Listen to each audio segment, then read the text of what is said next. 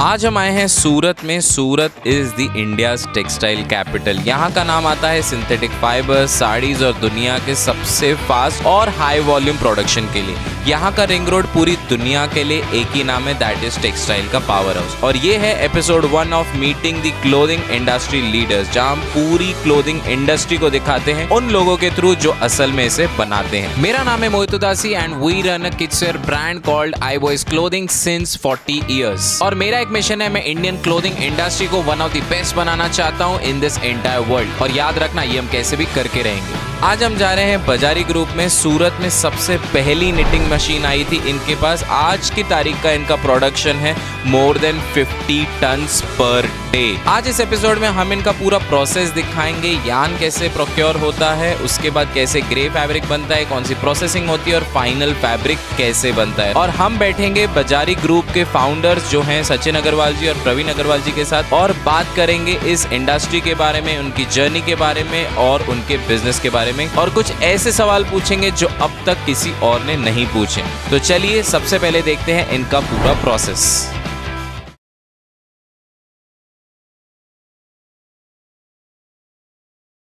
Sir, आज मैं आपको मेरी फैक्ट्री में कैसे हम फैब्रिक बनाते हैं स्टार्टिंग से मैं आपको बताता हूँ।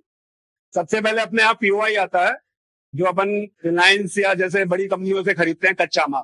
तो कच्चा माल आप देख सकते हो, ये पड़ा है आपके सामने। ये कच्चा माल अपन टेक्सचराइजिंग करेंगे, टेक्सचराइजिंग करके फिर अपन वीविंग में लेके जाएंगे। ये रॉ मटेरियल है अपना। वीविंग से सबसे पहले ये पीओआई होता है, जिसको अपन टेक्सचराइज करने के बाद अपन अपनी वीविंग में काम में ले सकते हैं। पीओआई को अपन डायरेक्ट वीविंग में नहीं ले सकते। क्यों नहीं ले सकते? क्योंकि वो कच्चा रहता है, उसको थोड़ा स्ट्रेंथ देना पड़ता है। वो काम अपना टेक्सचराइजिंग मशीन करता है। आओ मैं आपको टेक्सचराइजिंग मशीन दिखाता हूँ। ये अपनी टेक्सचराइजिंग मशीन है। इसमें अपन टेक्सचराइज करके पीओआई को यान में कन्वर्ट करते हैं। अब ये यान फिर अपन वीविंग में काम में लेंगे। अभी ये यान यहाँ बन गया। अभी ये यान की चेकिंग चल रही है कि कोई प्रॉब्लम तो नहीं है ना, धागा स्ट्रेंथ बराबर है कि नहीं, वो चेक कर रहे हैं। ये चेक करने के बाद अपने वीविंग में जाएगा ये धागा। ये अपना गोला एक ही वेट का, इवन वेट का अपन बनाते हैं ताकि वीविंग में वेरिएशन ना आए, डाइंग में वेरिएशन ना आए। ये इधर से जो इन्होंने कच्चा यान बोला, वो कच्चा यान यहाँ पे लगा हुआ है। ये ऊपर पूरा हीट हो रहा है। ये जो आप देख सकते हैं हीटिंग प्रोसेस है। हीटिंग प्रोसेस से ये फाइनल आके यहाँ पे यान बनता है। तो ये जो पूरा आप देख सक रहे हैं, ये एंड तक ये सब थ्रेड यहाँ से घूम के पूरा यहाँ तक पहुंच रहा है। और ये पक्का धागा होगा और ये फिर सीधा ये वूवन पे जाओ। ये धागे में स्ट्रेंथ आने के बाद अब ये वीविंग के लायक हो गया धागा, ताकि अब टूटेगा नहीं और अपन वीविंग कर सकते हैं। और इसमें सॉफ्टनेस आ गई धागे में, जो अपने को फैब्रिक में दिखती है सॉफ्टनेस। आइए मोहित जी, ये हमारा वाप निटिंग का खाता है। ओके, यहाँ पे ये जर्मन मशीन है, सारी यहाँ की नहीं है। ओके, ये सब जर्मन मशीन। और ये बहुत हाई स्पीड प्रोडक्शन है, 2800 आरपीएम पे, 3000 आरपीएम पे चलने वाली मशीन। ओके, ये वाली मशीन है, एक बार में 3 पैना बन रहा है। ओके, वो भी 100 इंच का लंबा पैना है। ओके, बहुत ह्यूज मशीनें हैं। और ये सब बीम भर पहले अपन को बनाने पड़ते हैं। तो वो जो आपने यान दिखाया वो बीम में जाता है। ये बीम बना, बीम बन के फिर ये वीविंग हो रहा है। ये फ्लैट नेट है। ये फ्लैट नेट। तो अगर फ्लैट नेट के लिए आपको बीम बनाना पड़ता है, बाकी अगर आपका सर्कुलर में नहीं रहता है, लूप नेट के लिए आपके वो रहते हैं। सर्कुलर नेट्स में अपने को नहीं बनाना पड़ता, नहीं बनाना पड़ता, उसमें डायरेक्ट सीधा वीविंग हो जाता है। Got it. फिर इसमें अपने को बीम बनाना पड़ता है, क्योंकि बहुत आरपीएम पे चलती है। Got it. और ये एक बार ये प्रोसेस दिखा दीजिएगा। ये मशीन्स को अपने को एसी में रखना पड़ता है, बिना एसी के ये नहीं चल पाती। फिर इसमें बहुत छोटे छोटे पार्ट्स होते हैं, सेंसर्स होते हैं। ये फैब्रिक बिल्कुल भी खराब नहीं बना सकती मशीनें, और इनके सारा ऑपरेट एसी के अंदर ही होता है। इसका विदाउट एसी ये मशीनें काम नहीं कर पाती है। और जैसे देखेंगे ना, तो हर एक चीज इवन है। अगर आप ध्यान से भी देखेंगे तो हर एक चीज इवन है। एक छोटे से छोटी मिस्टेक भी आपको नहीं दिखेगी, बिकॉज मशीन की क्वालिटी और यान की क्वालिटी बहुत अच्छी और प्रोसेस बहुत क्लियर है। प्लस इसमें सेंसर्स लगे, कहीं भी वीविंग आएगी वो रोक देगा मशीन। अच्छा, जहाँ सेंसर है, जहाँ मिस्टेक होगा रुक जाएगा, ऑटोमेटिकली रुक जाएगा, आदमी को नहीं रोकेगा। Got it. और एक टाइम पे 3 रोल साथ में हो सकते। ये मशीनें लगभग 1 से 1.5 करोड़ के बीच में आती है पर मशीन। तो मतलब एक मशीन का कॉस्ट 1.5 करोड़ है। तो जस्ट आप इमेजिन कर सकते हैं 1 2 3 4 5 6 16 आपके फ्लैट नेट की 16 मशीन है। इनके फ्लैट नेट की 16 मशीन है और एक मशीन की कॉस्ट है 1 से 1.5 करोड़। तो ये कोई मजाक की बात नहीं है। ये प्योर रियल बिजनेस है। ये मशीन में अभी जैसे बीम भर गया, खाली करते हैं, हाँ। क्रेन से करना पड़ता है, बहुत हैवी होता है, 300 केजी का एक बीम होता है। ओके, कितने सारे बीम लगे एक बार में, तो तो आप आदमी नहीं। ये बोलना चाह रहे हैं कि ये जो येलो दिख रहा है हाँ, ये ये क्रेन है, क्रेन है, तो जब तक वो क्रेन उठा के रखेगा कोई इंसान नहीं रख नहीं पाएगा। रखा है। ये तो मतलब मतलब- इतना भारी होता है कि आदमी उठा नहीं सकता इसको। तो एक एक चीज को लोड करने के लिए क्रेन से वो लोड किया जाए। हाँ, ये सारे बीम क्रेन से लोड होते हैं।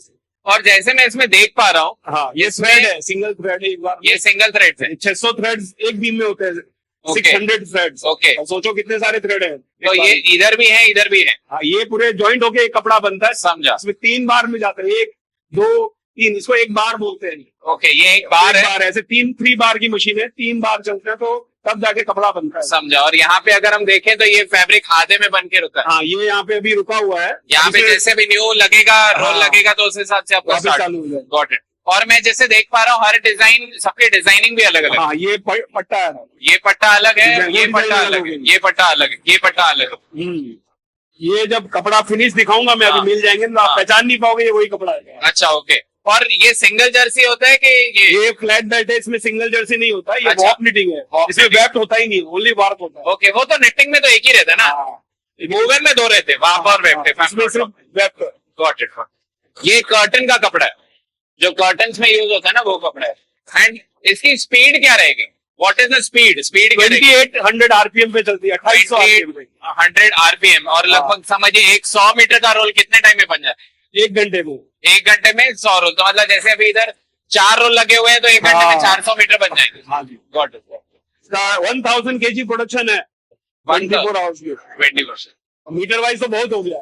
समझा। और वहां पे भी है। हाँ। ये इनकी 6 मशीन्स, 6 नहीं सॉरी 8 मशीन्स ये वाले सेगमेंट में, बाकी मशीन्स यहाँ है।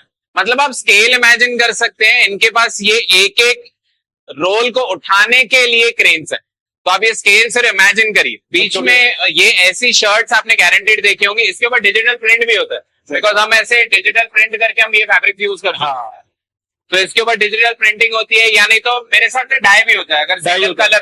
सिंगल कलर डाई भी होता है, यानी तो डिजिटल प्रिंट मल्टी होती है। कलर में जैसा जी, जी। डिजाइने बहुत तरह की आती है। और लेट्स से assume ये वाला जो फैब्रिक है, इसका एंड प्रोडक्ट कोई अगर व्यूअर को लेना है तो what's the price range? It's approximately 60 rupees per metre only. 60 rupees per metre. तो आप सोचिए इतना बड़ा प्रोसेस, इतने करोड़ों की लागत, और उसके ऊपर per metre cost is just 60 rupees. ये भी आप देखेंगे ना, डिजाइन बन रही है, ये जो जॉकॉर्ड है उस चीज को पूरा क्रिएट करा जा रहा है धागे से, और आप देखेंगे मशीन का हेड कैसे घूम रहा है, वो इस पूरी डिजाइन को क्रिएट कर।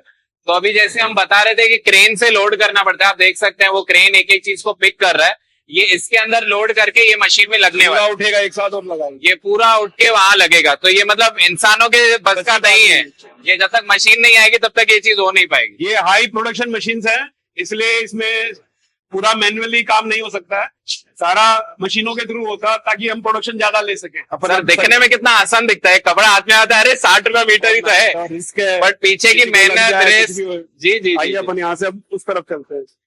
बहुत हैवी है, बहुत बहुत हैवी है। ये एक अरे, भरा हुआ बीम है, और लेजेट मतलब मेरे को पता है ये नीचे ऐसा मेटल है, इसकी वजह से हिला पा रहा हूँ, बाकी नहीं तो मेरे हिसाब से क्या वेट रहेगा? 1000 केजी।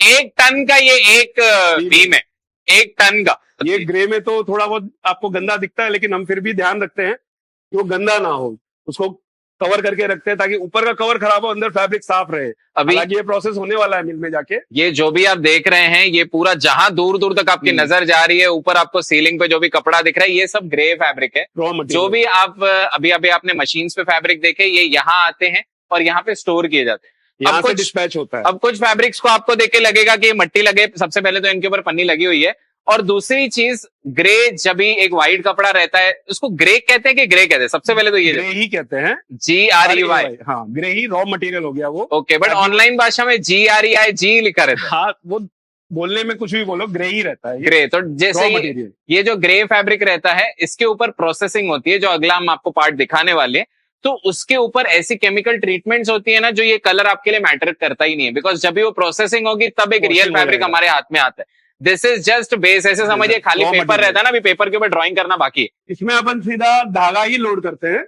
उसमें बीम बनाने की जरूरत नहीं है अपने को। ओके, धागा लगाया और सीधा फैब्रिक डाउन। Got it. और अब तो टेक्नोलॉजी और इतनी एडवांस हो गई है, धागा लगाया गारमेंट आता है सीधा नीचे। अच्छा, वो ऐसी भी आ रही है। जो स्वेटर्स बनते हैं, हाँ, if I'm not wrong, हाँ। वैसे स्वेटर्स बनते वैसे ही अब धीरे धीरे टेक्नोलॉजी इतनी एडवांस हो रही है। समझा। तो अभी जैसे मैं समझ पा रहा हूँ, यहाँ से धागा इधर जा रहा है। हाँ, ये इधर- फीडिंग हो रहा है, ये फीडर है। अच्छा, ये फीडर है। हाँ, तो ये अगर डायरेक्ट भी नहीं आ रहा है। डायरेक्ट नहीं आ रहा है, कहीं भी ब्रेक होगा, खत्म होगा तो ये रोक देगा मशीन को, Got it। ये यहाँ पे स्टॉप कर देगा मशीन। अभी मुझे भी एक क्वेश्चन रहता था कि अगर कोई धागा टूट गया तो क्या होगा। तो ये एक स्टोरेज है, समझिए एक बफर पॉकेट है।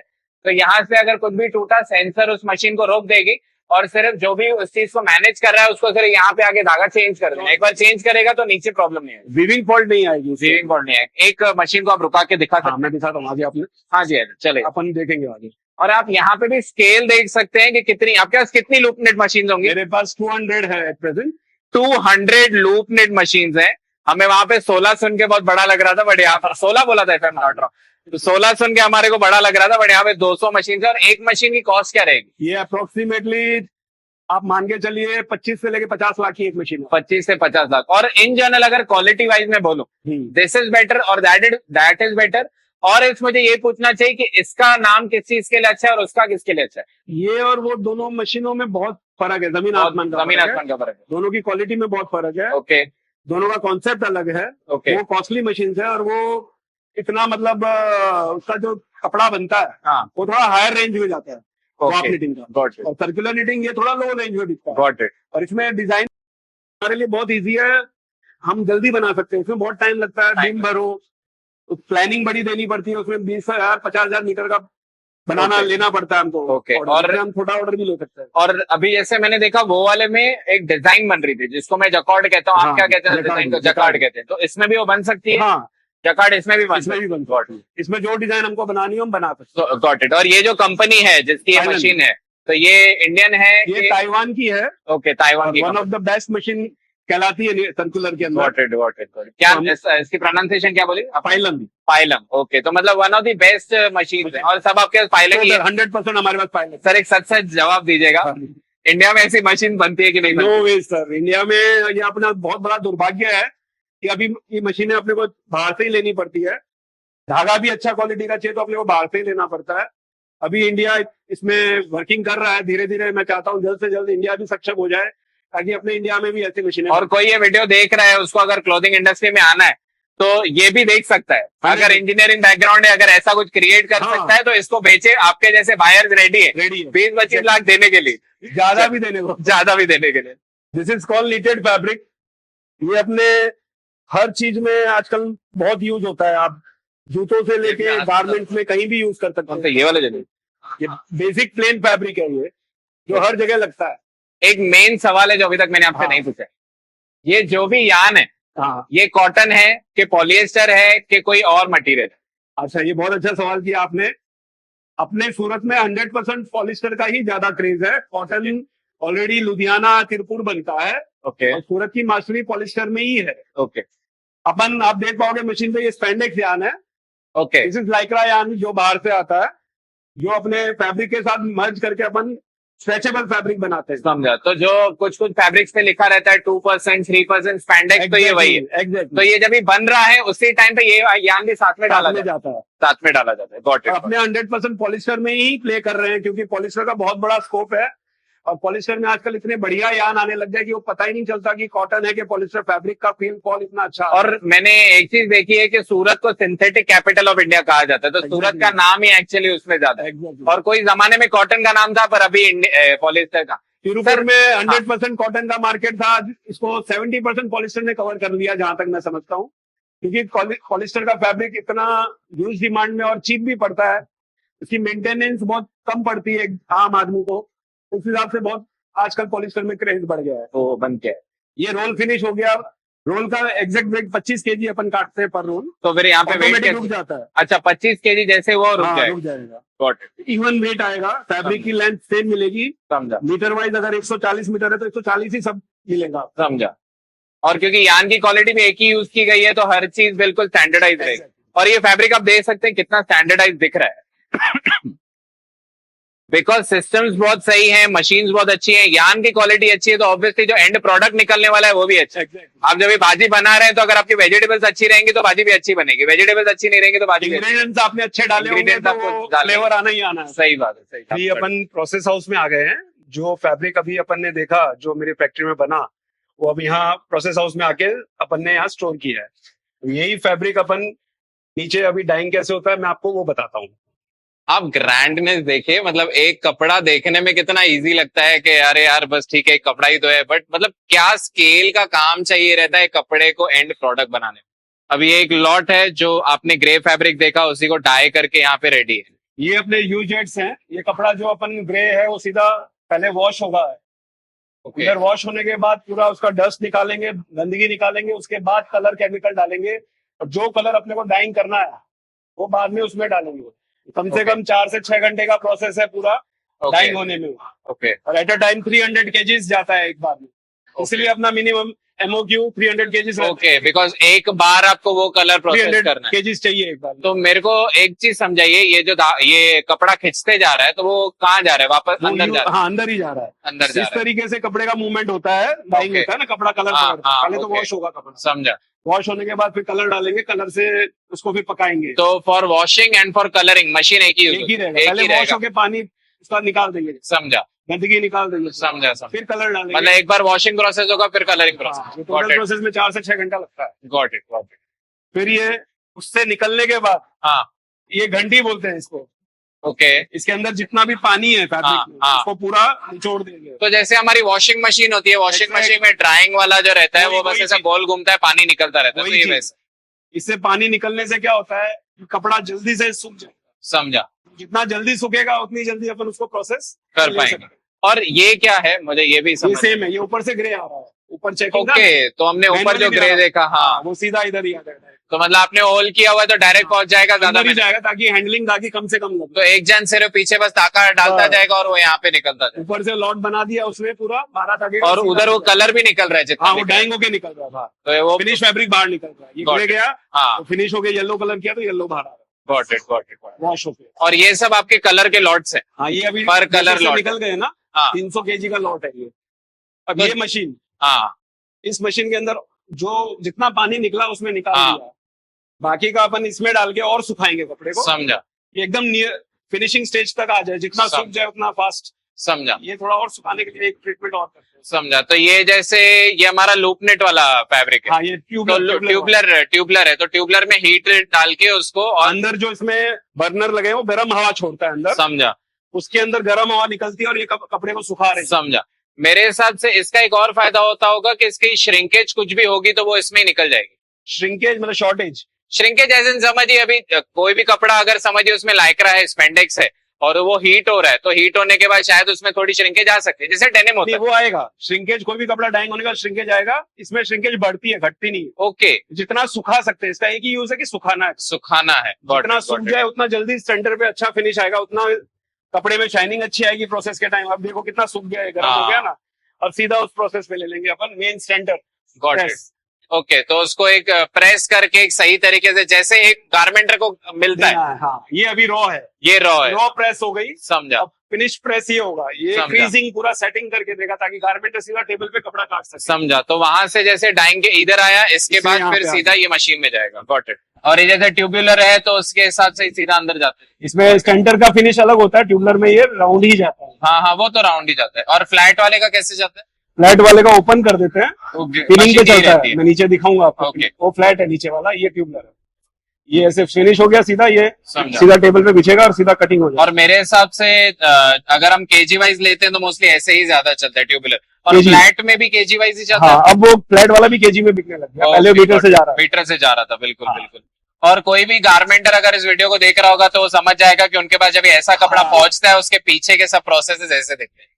ये सारा कलर फास्टनेस का अपन पूरा ध्यान रखते हैं। ओके, कलर ब्लीडिंग नहीं होना चाहिए, हाँ, बॉडी पे इचिंग नहीं होना चाहिए, वो सारा चीज का अपन ध्यान रखते हैं फैब्रिक। मेन एक सवाल है जो मेरे माइंड में शुरुआत से था कि ये जो पानी इसमें जो भी ट्रीट हो रहा है, जो भी आप इतने कलर केमिकल्स और ये सब कर रहे हैं, एक व्हाइट कपड़े को या ग्रे कपड़े को इतने प्रोसेसेस करके यहाँ तक पहुंचा रहे हैं, तो वो पानी को कैसे आप ट्रीट करते हैं? बिकॉज आज के टाइम पे हमें बहुत कीमती रिसोर्स है जी, और उसको अपन ऐसे छोड़ नहीं सकते बिना ट्रीट किए। ओके, अपन जितना पानी कलर केमिकल का अपना होता है उसको अपन रिसाइकिल करते हैं, उसका सारा वेस्ट निकाल के क्लीन करके ही उसको छोड़ते हैं। ओके, वो पूरा ट्रीटमेंट अपना लगा हुआ है, प्लांट है इसके अंदर पूरा पानी साफ होके ही उसको छोड़ा जाता है वापस, समझा। गंदगी सारी निकाल के। Got it. और ये कोई ऐसे गवर्नमेंट के नॉर्म्स है जो आपको फॉलो करने 100% पड़ते हैं? 100% गवर्नमेंट के नॉर्म्स है। ये तो हम एक दिन भी यूनिट चालू नहीं रह सकते अगर हम गंदा पानी छोड़ दे तो। ओके पूरा ट्रीट करके ही उसको हम छोड़ते हैं, और अभी हम उसी पानी को रिसाइकल करके यूज भी करते हैं। ओके। तो process वही प्रोसेस हाँ। में मतलब कहीं ना कहीं हम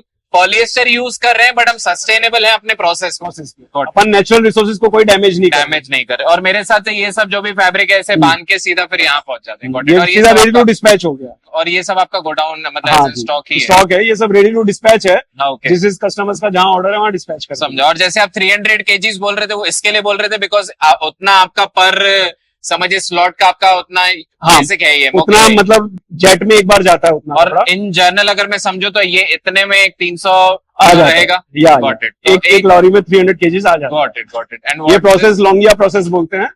ये एक्सपोर्ट में इसी का प्रोसेस चलता है ज्यादा। ये कपड़े का, ये मशीन का जो कपड़ा निकलता है वो बहुत बढ़िया निकलता है। तो इसमें और इसमें क्या उसमें फर्क है, डिफरेंस है। ओके, वो अपना यहाँ का जुगाड़ है। ये एक्चुअल प्रोसेस होता है लॉन्गिया, जो रेटेड मशीन का मेन प्रोसेस माना जाता है। Got it. तो इस प्रोसेस की वजह से क्या फायदे हो सकते हैं? इसमें कपड़े की बैठक बहुत अच्छी बैठती है। ये थोड़ा कॉस्टली प्रोसेस है, गॉट इट। इसमें और बढ़िया बैठता है, क्रीज अच्छी बैठती है, होती है। कपड़े की फॉल फील बहुत अच्छी बैठती है। Got it. और मतलब मुझे आपका ना कलर टोन्स भी ये सब बहुत डीप लगे। हाँ जी। बिकॉज बहुत लोग है ना कलर टोन्स ही इतने फीके रहते हैं ना, शायद कपड़ा कितना भी अच्छा हो बट जब तक ये उसमें अच्छा कलर केमिकल यूज करने से होता है। सब 100% स्टैंडर्ड कलर केमिकल यूज करते हैं हम अपने प्रोसेस में। 100%। किसी भी आएगी। अभी जैसे छोटा जॉब है तो ये एक छोटी मशीन वो काम करेगा, बट ये वाली जो मशीन है इसमें 1 टन कपड़ा साथ में जा सकता है, सेम कलर की सेम डाइंग हो सकती है। तो ये एक बड़ी मशीन है। ये कपड़ा भी बहुत गीला है तो इसके बाद फिर ये हीट प्रोसेस होगा और इसमें से पूरा पानी निकाला जाएगा। तो आप अभी प्रोसेस देख सकते हैं कितने सॉफ्ट जेट और कितने मशीन्स हैं। आप आजू बाजू देखेंगे तो एटलीस्ट मेरे हिसाब से 20 से 30 आपको सब ये मशीनरी दिखेगी। This is just for dyeing the fabric and also washing the fabric. ये वही splinter सेम होगा। प्रोसेस है बट फ्लैट वाले के लिए ना। हाँ, ये फ्लैट हो गया। ये flat line हो होके गया। निकला उसमें से बाहर आया। हाँ, फिर यहाँ अपन ने तो finish जो कर हमने दिया। वापनेट दिखा तो हाँ। वापनेट इस मशीन में हाँ जाएगा। जी। ओके, कि उसमें भी सर्कुलर जा आप सब दोनों जा सकता है, सिर्फ मशीन अलग है बट ये ट्यूब फैब्रिक जो रहेगा उसमें हाँ, जाएगा। उसी में जाएगा। Got it. Open centre. Centre में जाएगा। तो जो खुले हुए फैब्रिक रहते हैं वॉपनेट जैसे फैब्रिक रहते हैं वो ये मशीन में जाएंगे, वो स्ट्रेट जाएंगे और हाँ। उसमें ट्यूबुलर जाएगा। और ये मशीन बिल्कुल एंड तक जा रही है। ये पूरा अंदर प्रोसेस होके लास्ट। ओके, तो this machine is better than that. Which one? Tubular. हाँ, ऊपर से क्योंकि इसका दोनों- प्रोसेस इतना लॉन्ग है इसके लिए पूछ रहा हूँ। ये ओपन विथ बोलते हैं इसको। Okay, okay. डिफरेंशिएट वो ट्यूबलर प्रोसेस है, दोनों Okay. अलग चीज है। बट एक दूसरे से रिलेट नहीं करते। रिलेट ही नहीं कर सकते क्योंकि हाँ। कपड़े का टाइप ही अलग है। हाँ, वो एग्जैक्ट। राउंड आता है फैब्रिक। हाँ, वो राउंड ये आता है और ये open फ्लैट आता है। दोनों का प्रोसेस अलग अलग है। Got it, got it. और आप सिर्फ स्केल देख सकते हैं कि कपड़ा यहाँ से जा रहा है, कपड़ा यहाँ इसको से जा दिखाओ। रहा है, यहाँ से पूरा मशीनरी आप देख सकते हैं एंड तक है। वो एंड तक आपको दिख रहा है और जो कपड़ा यहाँ जा रहा है वो वहां निकल रहा है। ये ये पिनिंग आप पे यहाँ चल देख रहा है, दोनों साइड में पिनिंग है ना कपड़े की। हाँ, पिनिंग पे चल रहा है अंदर, और इसी के अंदर पहना सेट हो जाता है फैब्रिक का जो पहना हाँ, चाहिए। हाँ। ये आप देख सकते हैं यहाँ से बिल्कुल एंड तक। हाँ। और एंड में हमें जो फाइनल प्रोडक्ट है वो वहां मिलेगा। और ये मशीन्स में सिर्फ हीट होती है, हाँ, ये बहुत ज्यादा हीट होती है। बहुत ज्यादा हीट होती है। 200 डिग्री टेम्परेचर है। तो ये हीट जो होती है वो उसका कपड़े क्या को- काम का? कपड़े को प्रेसिंग करने का। समझा, प्रेसिंग करने का। तो फाइनल जो Set करने का। बैठक जो बोलते हैं हम, जिसको हम हमारी भाषा में बैठक बोलते हैं, तो बैठक कपड़े वहां का निकलेगी। Fall feel, shining, fall feel, हाँ, हर चीज ये मशीन सेट करती है। Machine set. ये एक पर्दे का जो टिश्यू फैब्रिक रहता है जो वो है 44 पन्ना है। और इसकी आप बैठक देख सकते हैं। ये यहाँ से अपना फैब्रिक रोलिंग होता है, चेकिंग होता है। ओके, यहाँ से Checking ऐसे हो गई, रोल्स rolling। बनते हैं। हाँ जी। मतलब आप सोचिए एक कपड़े को बनाने के पीछे कितनी मेहनत लगती है। दिखने में बहुत आसान होता है, यहाँ से शुरुआत की थी और देखिए फाइनल फैब्रिक है। ये सब पीछे आप स्टॉक देख सकते हैं। ये रेडी टू डिस्पैच फैब्रिक है अपना। सारा चेकिंग होने के बाद, क्वालिटी टेस्ट होने के बाद, कलर फास्टनेस चेक करने के बाद अपन ये माल डिस्पैच कर रहे हैं अभी पार्टीज को। ये सब आपके जहां दूर दूर तक नजर जा रही है, ये सब 1 2 3 दिन 4 दिन 5 दिन हफ्ते तक के। कल सुबह तक अच्छा, कल सुबह तक ये खाली हो जाएगा, डिस्पैच हो नया जाएगा आ जाएगा। ऐसे फिर। बहुत हाँ, एक बिकॉज ज्यादा ऑब्वियसली आप उतनी जगह भी रखते हैं। हाँ। सही बात है। तो ये सब फैब्रिक्स अभी रेडी टू डिस्पैच है। हाँ जी। आपके जैसे ही कोई कस्टमर रहेगा जो जिसने ऑर्डर लगाया होगा पूरे भारत देश से या मे भी बाहर से एक्सपोर्ट से, तो उन तक ये कपड़ा पहुंच जाएगा। सर, अभी तक आपने टाइम दिया उसके लिए शुक्रिया। चलते हैं, अभी बैठते हैं, थोड़ी बातें करते हैं। ठीक है, चलिए।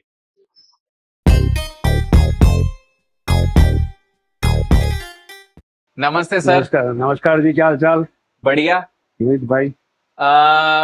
हमने ये वीडियो में पहले आपका प्रोसेस दिखाया, प्रोसेस देख के तो मुझे मतलब मैंने जो सोचा था और उससे बड़ा काम, उससे साफ सुथरा काम, मतलब मैं कोई एक पॉइंट ऐसे नहीं निकाल पाया जिसपे मैं आपसे कुछ ऐसा पूछूं जो आप कंफ्यूज हो जाओ, क्योंकि आप मेरे से हर कदम आगे थे। तो आपने इतना प्रोसेस दिखाया, सबसे पहला सवाल तो मुझे ऐसे माइंड में आया कि शुरुआत कहाँ से हुई, बिकॉज इतना बड़ा एम्पायर एक दिन में नहीं बन सकता है। इतना बड़ा एम्पायर बनाने में बहुत मेहनत, लगन और मतलब मुझे लगता है डिसिप्लिन लगता है। तो थोड़ा अगर आप बता पाएंगे कैसे आपने ये चीज की स्टार्ट की, इतना बड़ा आपने कारोबार कैसे बनाया। ठीक है Mohit ji, first of all तो आपका वेलकम है थैंक यू। मेरी फैक्ट्री पे। आपने देखा हमारा सारा सेटअप।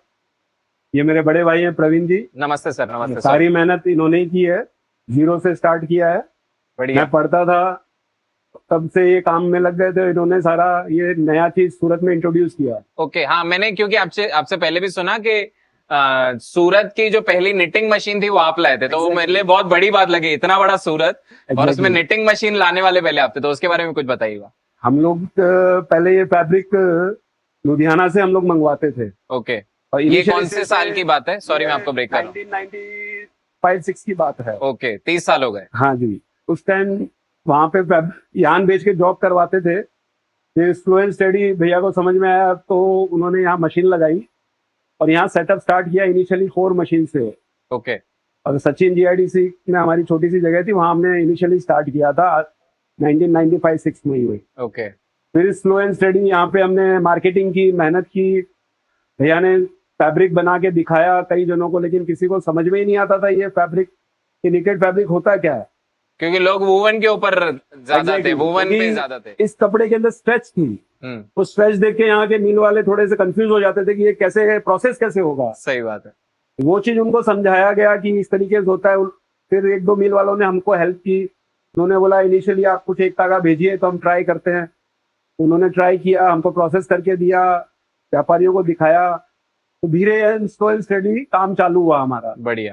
लेकिन हमने इनिशियली बहुत प्रॉब्लम फेस की। मशीनों में कोई दिक्कत आए तो कारीगर नहीं मिलता था, इससे सही कराएं समझ में नहीं आता था। इनिशियली हाथों हाथ लुधियाना से मंगवाना पड़ता था, कुछ भी पार्ट टूटे तो। वो स्टेज से हम गुजरते हुए धीरे धीरे हमको 2-3 साल लगे, उसके बाद जाके कोई यहाँ पे हमारा सेटअप स्टार्ट हुआ। और आज भगवान की दया से 30 साल हो गए हम ये काम को, इस आज जो आप देख रहे हो वहां तक ला पाए। बढ़िया बढ़िया बढ़िया। और मुझे मतलब एक चीज पूछनी थी कि ये जर्नी में आपकी ये जो पूरी जर्नी रही है, कौन से ऐसे होते हैं ना मुश्किल दिन आते हैं जैसे लगता है कि यार इसको आगे मैं कंटिन्यू नहीं कर पाऊंगा, हर बिजनेस में आते हैं, छोटे से छोटा हो या बड़े से बड़ा हो, वो एक नेगेटिव आ जाता है कि अरे यार इसके आगे क्या होगा। तो कुछ ऐसी हार्डशिप्स अगर आपने इस बिजनेस में देखी हो तो। टू बी वेरी फ्रैंक, ऐसा कभी हमको आया ही नहीं कि हम इसको नहीं कर पाएंगे, ऐसा मन में ख्याल ही नहीं आया। सही बात है।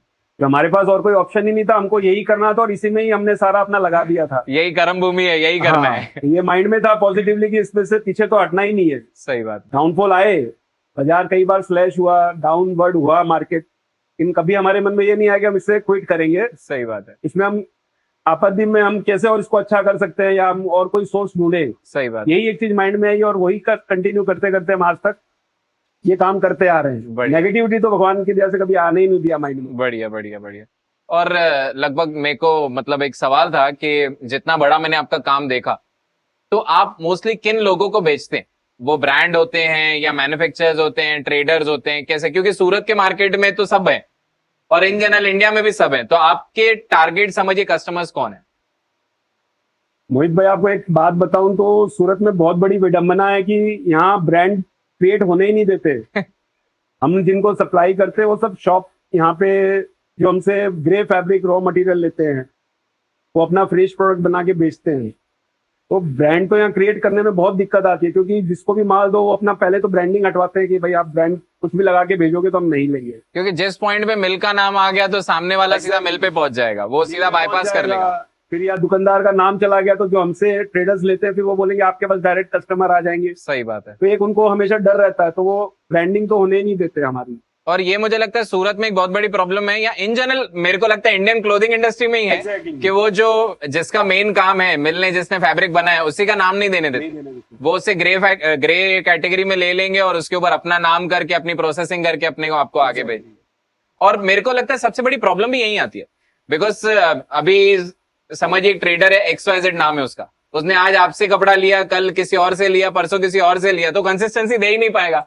ये तो आज आप बोलते हो कि हमने वीविंग भी किया, हमने प्रोसेस भी लगाया, अब हम रेडी मटेरियल भी सप्लाई कर रहे हैं, तो ऐसा हम क्यों कर रहे हैं? जैसे अगर आप ये पूछना चाहो तो इसका जवाब ये है कि हम एक जैसा कपड़ा कंसिस्टेंटली दे सकते हैं आपको। हमारा बायर हमसे फिनिश प्रोडक्ट लेगा, तो जो वो आज खरीदेगा या एक साल बाद भी खरीदेगा ना, सेम तो सेम चीज उसको मिलेगी।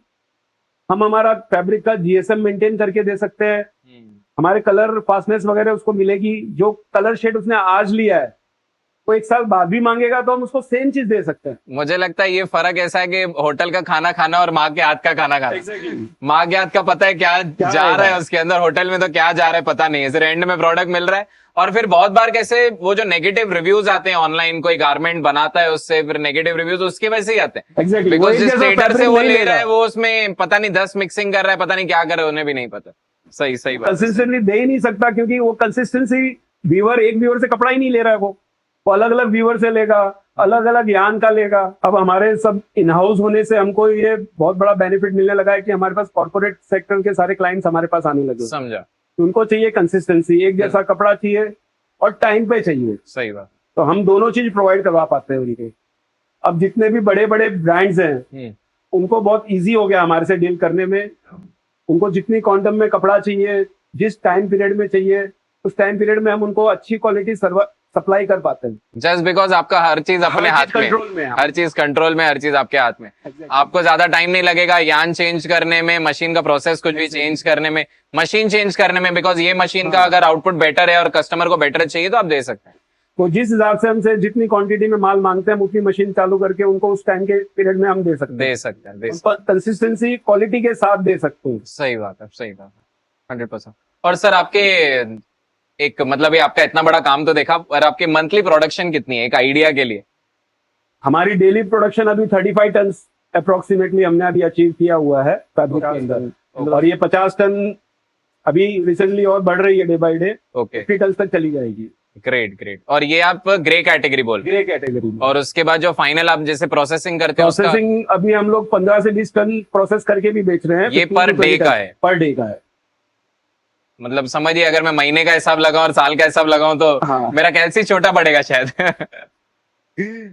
और सर मेरे को एक मतलब ये आउट ऑफ द बॉक्स सवाल है जो हम बात कर रहे हैं उसके ऊपर नहीं है, कि क्लोथिंग इंडस्ट्री है, यहाँ से मेरे हिसाब से क्लोथिंग इंडस्ट्री फाइबर से शुरू होती है, आखिर में जाके फैशन पे खत्म होती है, जो एंड गारमेंट हम देखते हैं। आपके हिसाब से पूरे प्रोसेस में सबसे ज्यादा मार्जिन कहाँ है? कोई नया आदमी देख रहा है इस वीडियो को तो उसको अगर क्लोथिंग इंडस्ट्री में आना है, उसके पास जुनून है, जो आप थे शायद 1996 में, आज वो वहां है, तो उसको किस लाइन में घुसना चाहिए जहां पे पैसा बन भी सके और कहीं ना कहीं अभी रिक्वायरमेंट हो? कपड़े के लाइन में बहुत स्टेज है, आप कहीं भी अपने आप को सेट कर सकते हो। मेरे हिसाब से आज जो सूरत की कंडीशन है, सूरत फ्यूचर में गारमेंट हब बनने की कगार पे जा रहा है 100%। मैं तो यही सजेस्ट करूंगा कि आज के डेट में अगर गारमेंटिंग यूनिट बनानी हो बहुत अच्छी है, क्योंकि गारमेंट में बहुत स्कोप है। गारमेंट एज एन आप एंड प्रोडक्ट बोल रहे हैं, जैसे एंड प्रोडक्ट ब्रांड के साथ, ब्रांड के साथ ब्रांड बनाइए, हाँ। गारमेंट बेचिए।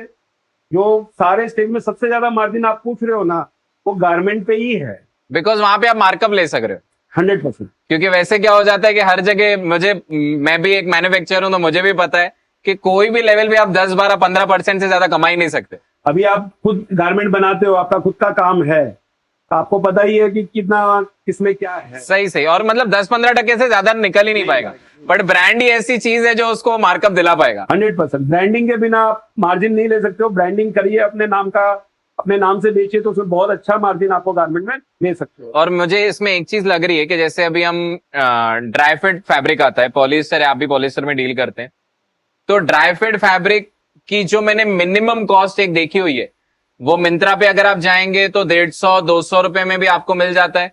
मैंने ऐसे होलसेलर्स देखे हैं जो वही सिमिलर फैब्रिक के 50-60-70 रुपए की टी शर्ट बेचते हैं, बट ब्रांड वैसे ही सिमिलर फैब्रिक्स की प्रीमियम चार्ज करके आपको शायद 500, 1000, 2000 में भी ड्राई फिट टी शर्ट बेच सकते हैं। 10-10 हजार तक बिक रही है टी शर्ट, 10,000 तक टी शर्ट बिक रही है, और बिकॉज ऑफ ब्रांडिंग। एडिडास, क्यों, ये जितनी ब्रांड्स हैं आपके बड़ी बड़ी, वो लोग अपना रेट लेके ही बेचते हैं। फैब्रिक में ज्यादा चेंजेस नहीं होते हैं, 19-20 का फर्क अपन मान सकते हैं। सही बात है। लेकिन और वो ब्रांडिंग के कारण उनको उतनी रेट मिली। सही सही सही बात है। तो मतलब वही है कि अगर कोई सही इंसान डायरेक्ट मिल से खरीदी करके एक सही ब्रांड करे, उसकी ब्रांडिंग में खर्चा करे, एक ब्रांड बना ले, तो वो कमा सकता है, एक मार्जिन हासिल अच्छा। कर सकता है। नहीं तो पीछे तो सब 10-15%, 20% मैक्सिमम है। अभी मुझे- आपने जैसे हमारा सेटअप देखा, हम्म, हम लोग ब्रांडेड यान ही लेते हैं, अभी पीओआई लेते हैं, पीओआई लेके अपना खुद का इन हाउस में टेक्सटाइल्स करके देते हैं। क्यों देते हैं?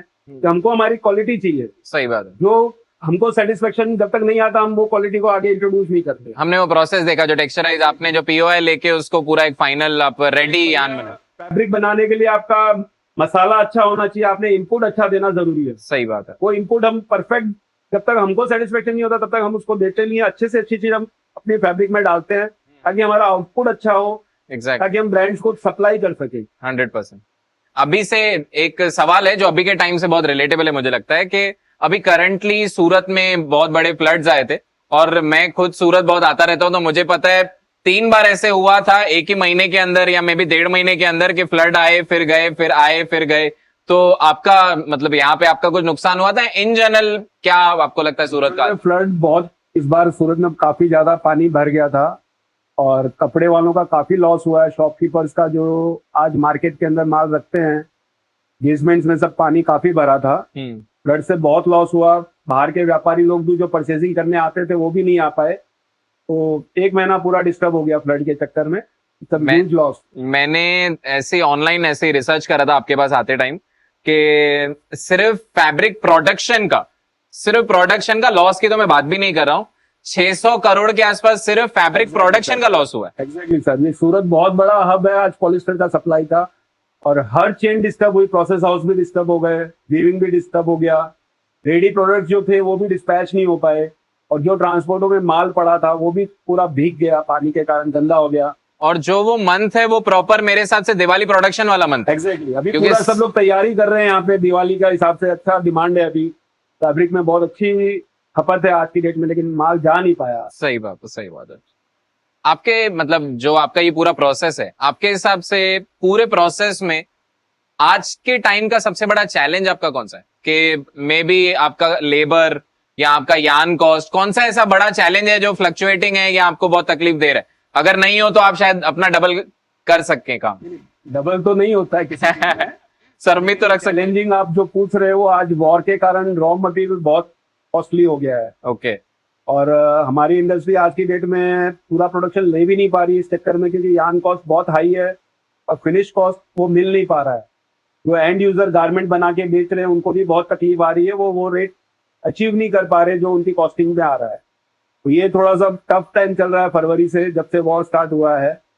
लेट इट भी, अब जो है अपन को तो हर सिचुएशन में मतलब एक साइड से आपका यान कॉस्ट ऊपर नीचे हो रहा है, तो आप रोज खरीदी करते टाइम पे सोचते रहोगे 100%। कि शायद कल कम हो जाए, या आज आपने खरीदी किया कल 2 रुपया कम हो गया तो वो भी लगता होगा कि अरे यार कल के टाइम पे खरीदी कर लिए। सर ये देखिए ना, वॉर के बाद आज 40 से 50 रुपीज केजी इंक्रीमेंट हो गया पीओआई रॉ मटेरियल में, और फिनिश फैब्रिक में अभी तक उतना अचीव नहीं कर पाए हमने। क्योंकि कस्टमर दे नहीं रहा, दे नहीं पा रहा है, क्योंकि वो लोग भी मजबूर है, आगे उनका फिनिश प्रोडक्ट भी नहीं बढ़ रहा है। और जिनकी प्राइसिंग सेट है, जैसे जो मेरा कोई XYZ प्रोडक्ट है वो मैं 100 रुपए में बेचता हूँ, आपका रेट प्लस माइनस हुआ, वो एंड मेरे लिए भी कंज्यूमर नहीं सोचता है। Exactly. मेरा रिटेलर होगा, होलसेलर होगा, बोलेगा मेरे को ये रेट की आदत है, ये रेट पे बेचना है, और MRP एक बार सेट हो चुकी होती है तो कस्टमर भी MRP पे खरीदता है। अब यार ये बढ़ कैसे गया?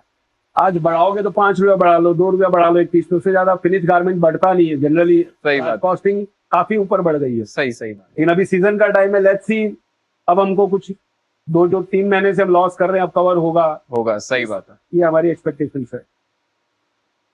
आपका बाकी मेरे को भी एक आपसे पूछना था कि आपका कपड़े में इतना नॉलेज, आपको लेने में इंटरेस्ट क्यों, क्या रीजन है इसका? बीइंग वेरी ऑनेस्ट, मतलब मुझे ऐसे लगता है कि जब मेरा जन्म हुआ तो मैं जिस फैमिली में पैदा हुआ वो हमेशा कपड़े की बात कर रहे हैं, मैन्युफैक्चरिंग की बात कर रहे हैं। आज ये कारीगर ने ये कर दिया, कटिंग में ये हो गया, ये पार्टी ने ऐसे कर दिया, तो हमेशा देखा ही वो है जिंदगी में।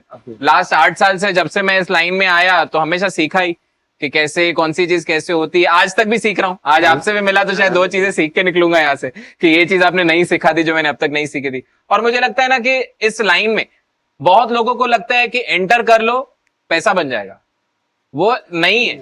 आपको इसमें घसना पड़ता है, आपको लेजिट एक एक चीज देखनी है, एक एक चीज समझनी है, सीखनी है, तभी आप जाके कहीं बन सकते हो। बाकी आप बोलो कि मैंने आज स्टार्ट किया, 3 साल में ब्रांड बनाया, मेरा यहाँ नाम हो गया, आज मैं शायद सीख रहा हूं, तो शायद आपके टाइम तक, मैं जब आपकी एज तक बन चुका रहूंगा, तब मेरे पास इतना एक्सपीरियंस रहेगा और शायद काम रहेगा। बट अगर आज मैं सीखने की नहीं करूं और उम्मीद करूं कि यार मेरा ब्रांड बन जाए, तो नहीं हो रहा। तो मेरा सीखने का, क्योंकि मेरे को जुनून है उस चीज का। और बहुत बढ़िया सर, अच्छा है, अच्छी बात है, हमें अच्छा लगा है कि आज के यंग क्राउड इतना दिमाग लगा रहे हैं, इतना घुस रहे हैं अंदर, हर चीज को समझने की कोशिश कर रहे हैं। बहुत अच्छी बात। और सर मुझे लगता है ना कि जितना हम डेप्थ में जाएंगे ना, तो बेस से पकड़ेंगे। मैं बहुत लोगों से मिलता हूँ, तो जैसे आप निटिंग का प्रोसेस करते हैं ना, वो मुझे बहुत लोग बोलते हैं कि मैं ट्रेडर्स के साथ काम ही नहीं करना चाह रहा, क्योंकि वो 10 लोगों से मेरे को फैब्रिक दे रहे हैं। मैंने बड़े बड़े ऐसे ब्रांड्स देखे हैं जो डायरेक्ट मिल से जाके लेते हैं। वो क्यों लेते हैं? क्योंकि उनको पता है कि मैं बेस से पहले तो सीखा हुआ हूं, मेरे को कोई पागल नहीं बना सकता है, कौन सा यार्न यूज कर रहा है, कौन सा प्रोसेस यूज कर रहा है, तो मेरे को एंड प्रोडक्ट भी बहुत अच्छा मिलना है। बट जिसको बेस पता ही नहीं है, वो अचानक घुसेगा, ट्रेडर से थोड़ा कपड़ा लेगा, फिर बोलेगा अरे मेरा ब्रांड नहीं बना। अरे क्यों नहीं बना? क्योंकि तेरे को पता ही नहीं है। वो क्वालिटी नहीं दे पाते ट्रेडर्स, आज के ट्रेडर्स दे भी नहीं पाएंगे, क्योंकि वो हर बार उनको 2000 मीटर कपड़ा बनाना है तो 2000 मीटर व्यूवर से खरीदेंगे, आज उस व्यूवर से नहीं लिया, किसी और व्यूवर से लेंगे।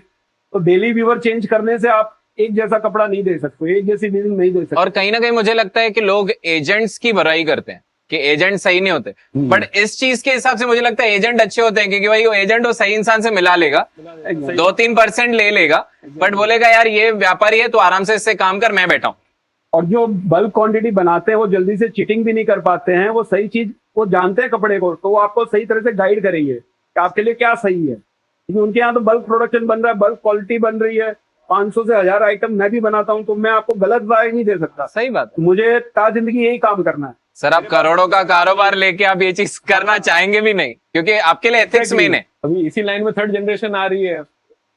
पहले थर्ड जनरेशन को इंटरेस्ट नहीं था, वो अनऑर्गेनाइज समझता था इस सेक्टर में, लेकिन आज वो लोगों को ये सब समझ में आने लगा और वो इंटरेस्ट लेने लगे कि नहीं आज इस काम में भी बहुत अच्छा। मेरा सवाल एक्चुअली नेक्स्ट यही होने वाला था कि मैं सेकंड जनरेशन, मेरा भी थर्ड जनरेशन ही, मेरे दादाजी ने स्टार्ट किया, पर फिर मेरे पिताजी ने आगे किया, एंड मैं थर्ड जनरेशन हूं।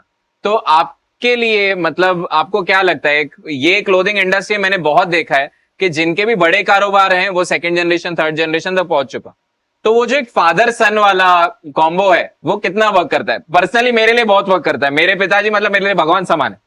तो आपके लिए कैसे वर्क करता है? मेरा पर्सनल एक्सपीरियंस बताता हूँ। मेरे बच्चे, अभी मेरा बच्चा बेंगलोर में पढ़ रहा है, भैया का बच्चा अभी यूएस में पढ़ रहा है, तो वो वहां बैठ के भी यहाँ क्या गतिविधि हो रही है वो उसको मॉनिटर कर रहे हैं 100%। और हमको और क्या इम्प्रूवमेंट करना चाहिए उसके बारे में भी वो हमको राय देते रहते हैं। जी आप, क्योंकि ये टेक का जो भी इंटरनेट का जमाना है वो तो उन्हीं को ज्यादा आता है। वो लोग जैसे गाइड करते हैं बच्चे हमको, हमारे हम वैसा कर रहे हैं, और ये आज जो सेटअप है सब उन्हीं की वजह से। मैंने एक्चुअली मैं मतलब ये मीटिंग तक भी तब पहुंचा, भैया के जो सन है उनका नाम है नमन भाई, वो बैंगलोर में बैठे हैं। हाँ। उनके साथ मेरा एंड तक, अभी आने से बाहर तक भी मेरी उनसे ही बात चल रही थी। वो बेचारे वहां बैठ के इस चीज को डायरेक्ट कर रहे थे कि बहुत अच्छे से एग्जीक्यूट हो, बिकॉज मुझे ऐसे लगता है कि हम एक न्यू जनरेशन कंटेंट को बहुत अच्छे से जानते हैं, बट मुझे लगता है जब आपने शुरू किया होगा तब कीपैड वाले मोबाइल भी पता नहीं थे कि नहीं थे, तो सिर्फ टेलीफोन चलता था, खाली माउथ एडवर्टीजमेंट करना पड़ता था, जाना पड़ता था डोर टू डोर, बहुत टाइम टेकिंग था। आज तो नेट पे हम तुरंत अपनी चीज बता सकते हैं कि हमारे पास क्या है, हमारा पोटेंशियल क्या है, और सामने वाला उसको तुरंत ग्रैब करके काम मिल सकता है। मुझे बहुत फास्ट हो गया था 100%। और कहीं ना कहीं मुझे लगता है कि वो थोड़ा इजी भी हो गया है कि सही इंसान की पहचान करना। एग्जैक्टली। अभी जो बैठा है वो आपका काम देखेगा तो उसको वहां बैठ के समझ आ गया कि मैं जिस इंसान से बात कर रहा हूँ वो कोई हल्का आदमी नहीं, कोई ट्रेडर नहीं है, ये मैन्युफैक्चरर है, ये मिल है खुद। पुराने टाइम में, पिताजी के टाइम में मैं देखता था व्यापारी इतना फेथ करता था हाँ सूरत वालों पे, वो अपने कमर पे पैसा बांध के लाता था, बहुत कॉमन होता था। पैसा भेजने का भी साधन नहीं था। सही बात है। वो पैसा रख के जाता था कि आप हमको साल भर कपड़े भेजते रहना, ये हमारा 50,000 जमा।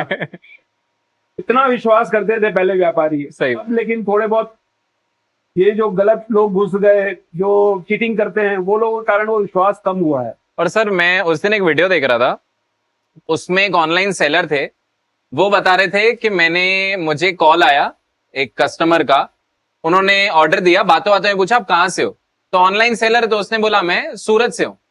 जैसे उस कस्टमर ने सूरत का नाम सुना, उन्होंने बोला नहीं सॉरी आपसे मैं प्रोडक्ट नहीं लूंगी, उन्होंने कॉल कट कर दिया। तो मुझे ऐसे लगता है, मैं खुद सूरत में पर्सनल पहले बता लूंगा, मैं सूरत शायद 100 बार आ चुका रहूंगा, बड़े से बड़े घरों के साथ मेरा काम हुआ है, मतलब एक होता है ना 0.001% मेरे साथ नहीं हुआ है सर बिल्कुल नहीं हुआ है, बट फिर भी सूरत का नाम खराब क्यों हुआ इतना?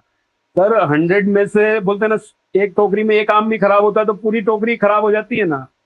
तो सूरत में ऐसा नहीं है सर, सूरत में बहुत जेन्युइन सूरतीज हैं हम लोग। अब अपने आप को हम वैसे राजस्थान के, लेकिन अब सूरती मानते हैं क्योंकि आज हमको 40 साल हो गए सूरत में। जी जी। यहाँ का सूरत का पानी ऐसा है सर, कहीं से भी कोई आए सूरत उनको एब्जॉर्ब करता है, काम धंधा देता है, दो वक्त की रोटी का जुगाड़ करके देता है। यहाँ के पानी में बिल्कुल भी चीटिंग है ही नहीं सर। सही बात। लेकिन जैसे कि अपन, नो वन इज परफेक्ट, तो वैसे थोड़ा बहुत तो सब 100 में 1-2% तो रहता ही है सर। और कहीं ना कहीं मुझे लगता है कि लोग ऑनलाइन जो दुनिया देखते हैं, अभी मैं आज मोबाइल में बैठ के सूरत के बारे में 4 बुरी चीजें सोचूंगा तो मेरे लिए सूरत बुरा ही है। एग्जैक्टली। और होंगे भी 0.01% है, लोगों के साथ चीटिंग होती है, मैं भी समझ रहा हूँ। ऑनलाइन वीडियोस देखते हैं, यहाँ आ जाओ, लाख का माल लेके जाओ, 10 लाख का बेचो, वो गलत है, वो कहीं ना कहीं गलत है। आप माल दिखाओ, अभी हम आपकी एक स्टोरी बता रहे हैं, आपका काम दिखा रहे हैं, सामने वाले को लेना है नहीं लेना है वो उसकी चॉइस है, आप आके बेच नहीं रहे। बट बहुत लोग ऐसे हैं कि मुझे तो आप विश्वास नहीं करेंगे, जब भी मैं 2nd या 3rd टाइम आया था, मेरा भी ये बिजनेस में नया था, मैं पापा ने सूरत भेजा था कोई काम के लिए कि ये व्यापारी से जाके ये चीज लेके आनी है। मैं जैसे स्टेशन पे उतरा, 1-2 जन मेरे को रोकने आ गए, क्या लेना है क्या लेना है क्या लेना है, आओ बैठो आओ बैठो, और वो मोस्टली ऑटो वाले ही थे। तो कहीं ना कहीं वो चीजें ना, वो सूरत का एक मतलब पर्सपेक्टिव गलत कर देती है। उस चीज पे भी हमारे यहाँ के गुजरात के मंत्री लोग हैं, हमारे अभी फोस्टा के मेंबर्स लोग हैं, वो बहुत कार्य कर रहे हैं कि थोड़ी बहुत भी कोई चीटिंग कहीं हो, उसके लिए भी काफी ये लोग अभी लॉज ला रहे हैं, वो भी खत्म हो जाएगा। और सूरत काफी टेक्निकली बहुत आगे बढ़ रहा है इस चीज में कि कहीं भी किसी के साथ चीटिंग ना हो। सारा काम पहले कच्चा पक्का बोलते थे ना लोग, वो भी था, सब खत्म हो गया। जब से जीएसटी आया है ना, इतना फ्री एंड फेयर काम हो गया है ना, सब कुछ ऑन बुक्स है अभी। सही बात है। पहले हम लोग कंप्लेन नहीं कर पाते थे, कोई पैसा हमारा ले जाता था, देता नहीं था, क्योंकि अनऑर्गेनाइज था सारा। अब काफी जब से जीएसटी आया, सब ऑर्गेनाइज हो गया और बहुत अच्छा हो गया हम लोग के लिए। सही कि अब हमारा कोई भी पैसा भी नहीं रख सकता, गुबत नहीं आती है। अब आती है अभी, लेकिन बहुत कम रेशियो में आती है, लेकिन बहुत अच्छा काम होने लग गया है अभी। मतलब पहले से अभी बेटर है। और मतलब जैसे आप बता रहे हैं तो गवर्नमेंट की सपोर्ट अच्छी है यहाँ पे, बिकॉज मुझे लगता है कि आपकी जो स्टेट गवर्नमेंट है वो बहुत मैटर करती है। एग्जैक्टली। तो आपके जो मतलब यहाँ की गवर्नेंस है उस हिसाब से अच्छा है। गवर्नमेंट हमारे लिए बहुत मेहनत कर रही है, हमारे को बहुत सपोर्टिव है। हमारी बीजेपी गवर्नमेंट हमको बहुत सपोर्ट कर रही है। फैब्रिक और जो गारमेंट टेक्सटाइल यूनिट्स है उनके लिए नए नए कानून ला रही है। यहाँ का पैसा मंडियों में बहुत फंसता है, पार्टियां माल ले जाती है, पेमेंट टाइम पे नहीं करती है, इसके लिए भी काफी कानून ला रहे हैं। अभी रिसेंटली नया कानून आया, 90 डेज के अंदर आपका पेमेंट क्लियर होना ही चाहिए। एमएसएमई का, स्मॉल स्केल का। हाँ, वो तो बहुत MSME अच्छा अभी कानून हो गया, इससे पेमेंट का सर्कुलेशन फास्ट होगा और बहुत बेनिफिट होगा। सही बात है। एमएसएमई का तो अगर आप एक मैन्युफैक्चरर हो, जितना मुझे पता है, तो आपको 45 डेज में पेमेंट करनी है। वरना आपका जो भी समझिए वो अमाउंट है वो आपके प्रॉफिट में रिफ्लेक्ट होगा कि आपके प्रॉफिट में। और कहीं ना कहीं सामने वाला एक पोर्टल है, समाधान पोर्टल है, if I am not wrong, मैंने उसके ऊपर वीडियो भी बनाया। तो समाधान पोर्टल पे जाके आप कंप्लेन भी कर सकते हो अगर आप एक एमएसएमई हो तो कहीं ना कहीं ये चीजें एक छोटे व्यापारी को बचाती है चीटिंग से। तो अगर सर अभी इतनी बात चली रही है तो टेक्सटाइल, कपड़ा, पूरी जर्नी में उधारी तो है। अब उधारी पे आपका क्या टेक्ट है? वो मतलब एक सुविधा है किसी के लिए भी या एक दुविधा है? सर ये देखा जाए तो एक सुविधा है, लेकिन लोगों ने इसको अपना हक मान लिया है। ये बहुत गलत हो रहा है हमारे साथ। आज अगर आपको अच्छा कपड़ा रीजनेबल रेट में चाहिए तो आपको पेमेंट करना पड़ेगा टाइम से, क्योंकि यहाँ यान उधार में नहीं मिलता है। सही बात। पेमेंट चाहे हम 25 साल से यान ले रहे हैं, लेकिन पेमेंट देके ही यान मिलता है। 100%। जो पेमेंट हमें कायदे से नेक्स्ट डे मिल जाना चाहिए, उस पेमेंट को यहाँ 150 दिन, 200 दिन, 300 दिन तक ले जाते हैं लोग। और वो जरा भी नहीं सोचते कि इतना उधार कैसे सूरत वाला दे पाएगा आपको। सारी इन्वेंट्री हमारी हम लोग बैंक से लोन लेके कैश में खरीदते हैं, तो हम ज्यादा दिन उधार नहीं दे सकते। सही बात है। तो मेरा तो बायर्स लोगों से यही कहना है कि ये आपके लिए एक सुविधा है, इसको अपना हक मत समझिए। जब तक हो सके जितना फास्ट पेमेंट करेंगे उतना ही आपके लिए अच्छा है। सही बात। और उतना ही हम अच्छी क्वालिटी रीजनेबल रेट में आपको दे पाएंगे। सही बात है। और कहीं ना कहीं मुझे ये भी लगता है कि जो क्रेडिट है, अभी आपको यान से नहीं मिली, आपने आगे क्रेडिट दी, उसने गारमेंट बनाया, उसने गारमेंट, आपने समझिए उसको जितने भी टाइम की क्रेडिट दी, उसने गारमेंट बनाया, उसने तब तक पेमेंट की तो ठीक है, नहीं तो अगर वो क्रेडिट को चला रहा है तो at the end of the day वो आपके पैसे पे काम कर रहा है। तो लोग बहुत जो ये करते हैं ना कि मैं सामने वाले के पैसे पे काम करूं, मैं कहीं से जाके लोन नहीं लूं या कहीं से जाके ब्याज पे पैसा नहीं लूं, वो भाई मैं अपने सप्लायर के पैसे पे चलूं, तो वो गलत है, वो नहीं होना चाहिए। वो नहीं होना देखा, इतनी बड़ी फैक्ट्री है, इतने कारीगर है, सबको टाइम पे सैलरी देना है, 100%, जान का पेमेंट देना टाइम पे, तो हम कहाँ से देंगे? 100%। हर आदमी के पास अपने पास पैसा तो लिमिटेड ही होता है ना, बैंक से लोन भी कितना लेंगे हम? वो लोन को टाइम पे नहीं रिपे करेंगे तो फिर कौन देगा लोन? और सर मुझे ये लगता है ना कि जैसे आपके लिए ट्रेडर या ब्रांड है, या समझिए मेरे जैसा एक मैन्युफैक्चरर है, हमारे लिए भी जो एक रिटेलर है ना कहीं रिटेलर माइंडसेट भी आज के टाइम पे ये हो चुका है कि ये जो पूरा दुकान में भरूंगा वो मैं सामने वाले पैसे पे भरूंगा। नहीं, ये सुधारना बहुत जरूरी है माइंडसेट लोगों को, ये बहुत पॉइंट, इंपॉर्टेंट पॉइंट है। मेरे साथ शायद आप भी रिलेट करेंगे, 20 या 30% ही व्यापारी ऐसे बचे हैं जो टाइम से पहले पेमेंट देते हैं, आपको कॉल करते हैं कि भाई तेरा पैसा है तू आके ले ले, या नहीं तो ट्रांसफर आ रहा है, ऑन टाइम रहते हैं। मैं बाकी जो इसमें आपको करेक्ट करूंगा सर, ये अभी ऐसे व्यापारी बहुत बढ़ गए हैं। अच्छा, ओके। अभी 70-80% ऐसे कस्टमर्स से हमारा डील हो रहा है जो वो टेंशन रखते हैं कि टाइम पे पेमेंट देना, मुझे रीजनेबल माल रेट में चाहिए। तो सही बात, अब ये हमको उनको समझाना नहीं पड़ता, वो खुद समझदार हो गए। सही बात। सूरत का कपड़ा लेना है तो टाइमली पेमेंट भेजेंगे तो रीजनेबल रेट में अच्छा कपड़ा अपने को मिलेगा। सही बात। अभी हमारे पास जितने भी क्लाइंट्स है वो कॉर्पोरेट लेवल के हैं, तो हमको उनसे पेमेंट, वो तो कॉर्पोरेट लेवल में तो उनको टाइम पे पेमेंट करनी ही करनी है, अगर अपना ब्रांड वैल्यू खुद का संभाल के चलना है तो करना ही।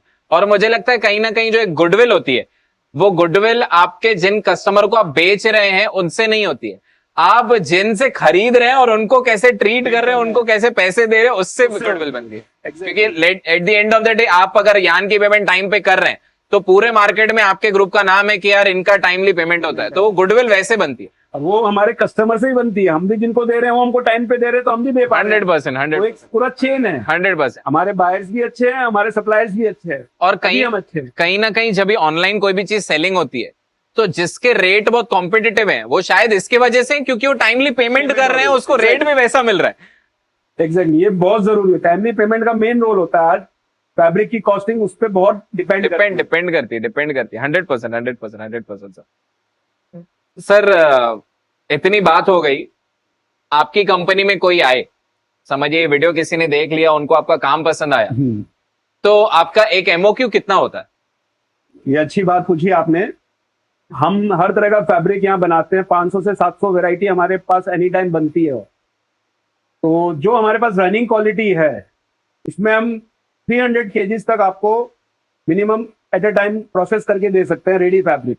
तो लेट्स जस्ट अज्यूम जो आपके पास रेडी डिजाइनें रहती हैं, जो अभी हमने देखी भी, आपका जो हमने प्रोसेस देखा उसमें आपने फैब्रिक्स दिखाए थे, तो उसमें जो आपने जो भी फैब्रिक्स दिखाए थे उसमें उनको 300 मीटर्स तक मिल जाएगा। एग्जैक्टली, जो रेडी फैब्रिक हमारे रनिंग है वो आप जितना मांगोगे, जिस क्वांटिटी में मांगोगे हम दे सकते हैं। गॉट इट, बिकॉज वो आपका रेडी स्टॉक है। और जो हमारे पास नहीं भी बन रहा है, कोई क्वालिटी ऐसा है जो आपको स्पेशली बनवानी है, तो वो हम minimum quantity 500 kg, 1000 kg, 2000 kg भी हम बना के देते हैं। Got it. इसके लिए हम डिनाई नहीं करते हैं।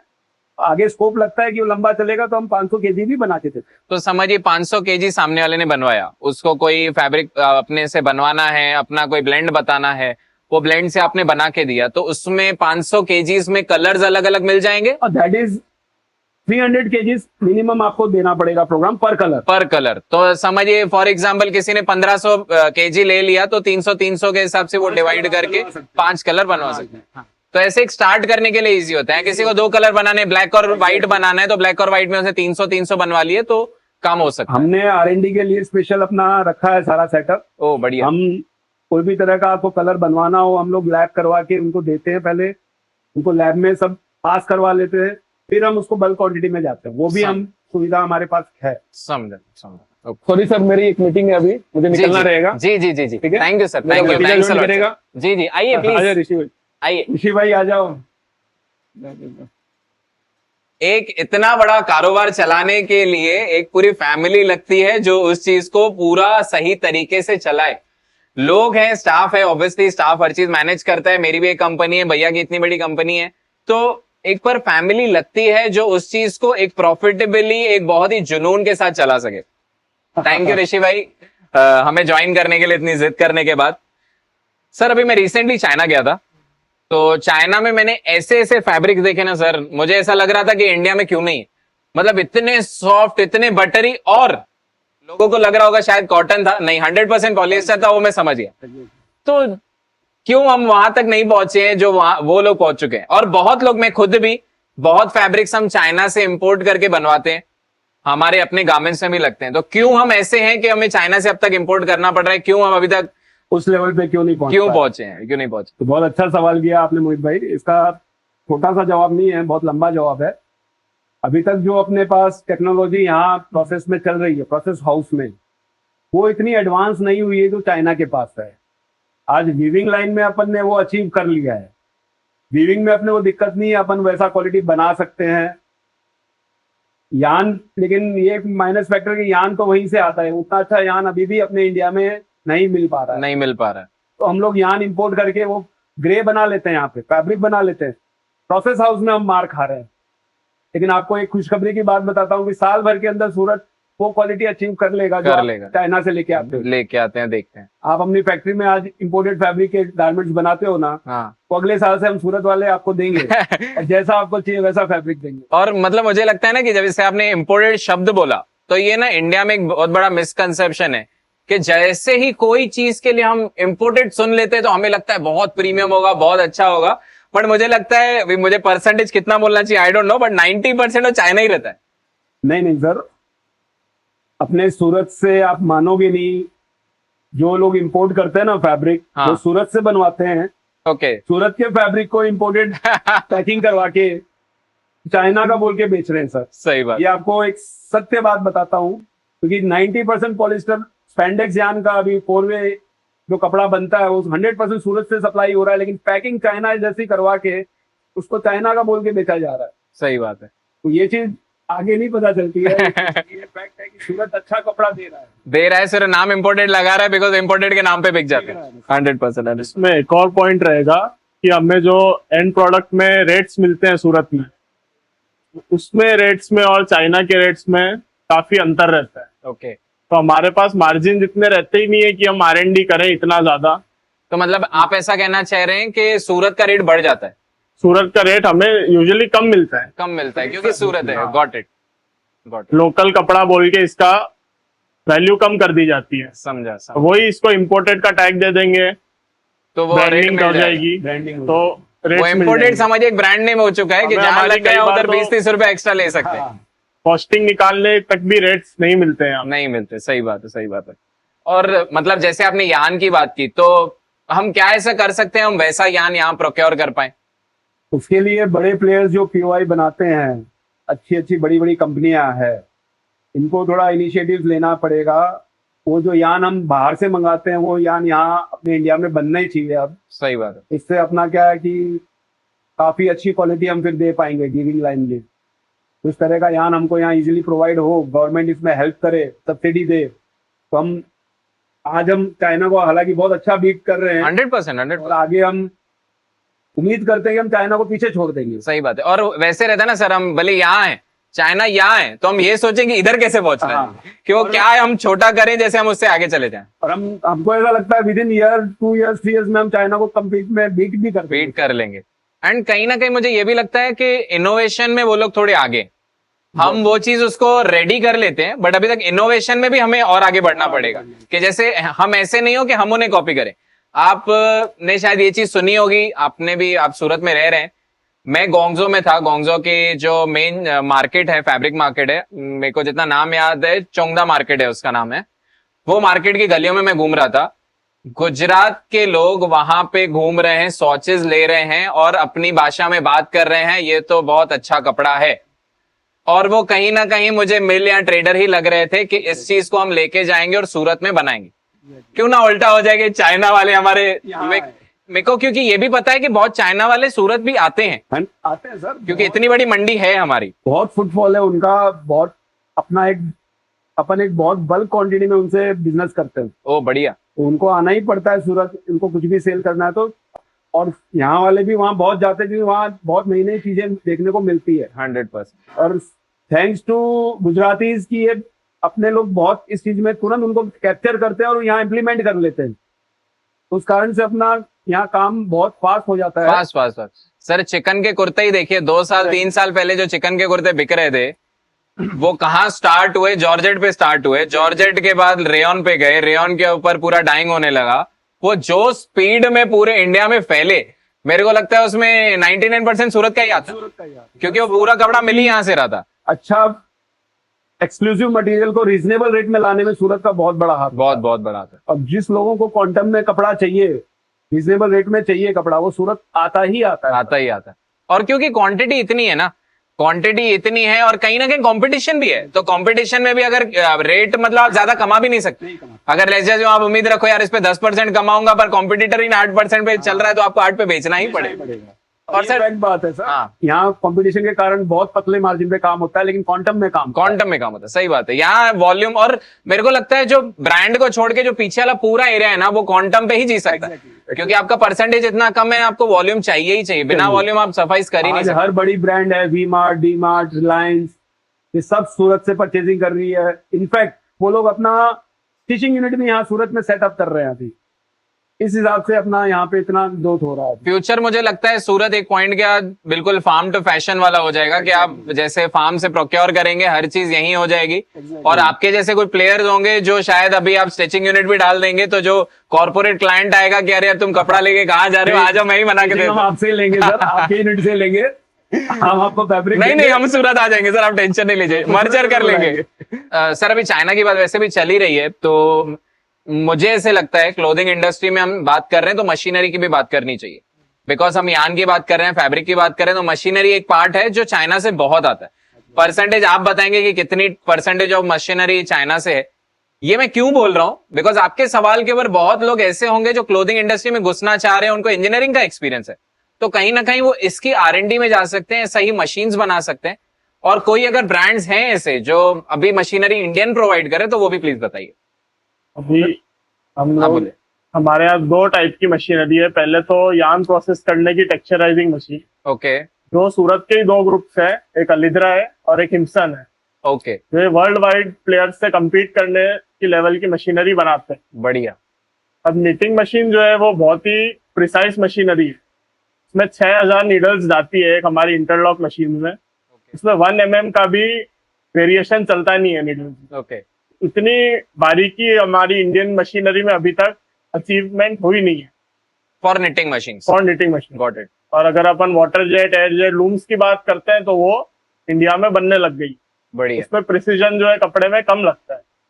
और जो सर्कुलर निटिंग में उसमें इतनी सारी नीडल्स, इतने सारे कैम होते हैं, हर एक पार्ट में मिलीमीटर प्रिसीजन चाहिए, वो अभी तक इंडिया में अचीव हो नहीं पाया है। और जो आपने फ्लैट नेट दिखाई थी उसका भी मेरे हिसाब से सेम ही होगा अभी तक, फ्लैट नेट भी, बिकॉज वो तो और एडवांस मशीन थी, और एडवांस मशीन। वॉप निटिंग भी अभी तक इंडिया नहीं बना पाया है, और सर्कुलर भी, दोनों टाइप की मशीनें अभी इंडिया में नहीं बन पा रही। समझा। लेकिन देखते हैं, मेक इन इंडिया प्रोसेस चल रहा है, मोदी जी अपने लगे हुए हैं। कोई ना कोई ये वीडियो देख के प्लीज बना लो। मतलब इसमें भी, क्योंकि आपके जैसे रेडी बायर्स हैं जिनको, और क्या होता है मुझे से लगता है ना कि मशीनरी में सिर्फ मशीनरी का काम नहीं होता है, उसके बाद जो छोटे छोटे पार्ट आपको मैनेज करना है। दुख देते होंगे कि ये पार्ट खराब हो गया, ये पार्ट खराब हो गया, उसके लिए आपको फिर चाइना का ही कांटेक्ट करना है या डीलर से कांटेक्ट करना है, वो बहुत बड़ा हैसल है। तो यही होगा तो बेटर होगा। सर अभी मशीनरी और आपके प्रोसेस की बात चल रही है, तो एक माइंड में क्वेश्चन आया कि एआई आजकल बहुत बूम कर रहा है क्लोथिंग इंडस्ट्री में, फॉर फोटोशूट्स में भी बहुत एआई यूज हो रहा है, बट आपके मिल प्रोसेसेस में आप एआई यूज करते हैं अपने इतने बड़े प्रोसेस में? एग्जैक्टली, अभी हमने बहुत सेटअप किया है, ऋषि भाई आपको प्रॉपरली समझाएंगे। ऋषि भाई अभी बताइए। हमने एक मॉनिटरिंग सिस्टम लाए हैं, ओके, तो सारी 200 मशीन्स में वायरलेसली कनेक्ट हो जाता है। बढ़िया। तो रियल टाइम जो भी डेटा है मशीन्स का, कि मशीन्स कितनी देर चली, किस स्पीड पे चल रही है, कितनी देर रुकी, किस कारण से रुकी, कौन ऑपरेटर चला रहा है, तो सारा हमें अपने व्हाट्सएप ग्रुप में रियल टाइम अपडेट्स मिलते हैं। तो ये सब ऑटोमेटेड है, पूरा ऑटोमेटिक, कोई भी एक आदमी भी सर्वर नहीं है? हमारे यहाँ फैक्ट्री में लगाया गया है। ओके, अगर इंटरनेट बंद भी हो जाता है तो भी सर्वर में डेटा रिकॉर्ड होता रहता है। जैसे इंटरनेट कनेक्टिविटी फिर से आती है, हमारे पास सारा डेटा हमारे व्हाट्सएप ग्रुप में आ जाए। हम सुबह उठते ही सबसे पहली चीज खोल के अपना प्रोडक्शन रात का चेक कर सकते हैं, क्योंकि आपका 24 आवर 24 आवर हर एक सेकंड की रिकॉर्डिंग मिल जाती है। हमारे सर्वर पे रहती है। और ये मुझे ऐसे लगता है ना कि एक मैन्युफैक्चरर के लिए उसकी जो मशीनरी है वो उसका एसेट है, वो उसका कॉस्ट है, वो जितनी रन करेगी उतना वो पैसा कमाएगा। जहां वो मशीन रुकी वहां समझिए दर्द शुरू के भाई कहीं ना कहीं पैसा अटक रहा है। एक्चुअली प्रोडक्शन के ऊपर ही आपकी पर केजी की कॉस्ट आती है। प्रोडक्शन अगर आपका हैम्पर होगा तो आपकी ऑटोमेटिकली कॉस्ट बढ़ जाएगी, फिर आप कैसे रीजनेबल कपड़ा दे पाओगे? सही बात है। इस ट्रैकिंग से हम अपने पूरे एम्प्लॉयज की shift wise, date wise, monthly efficiency निकाल सकते हैं।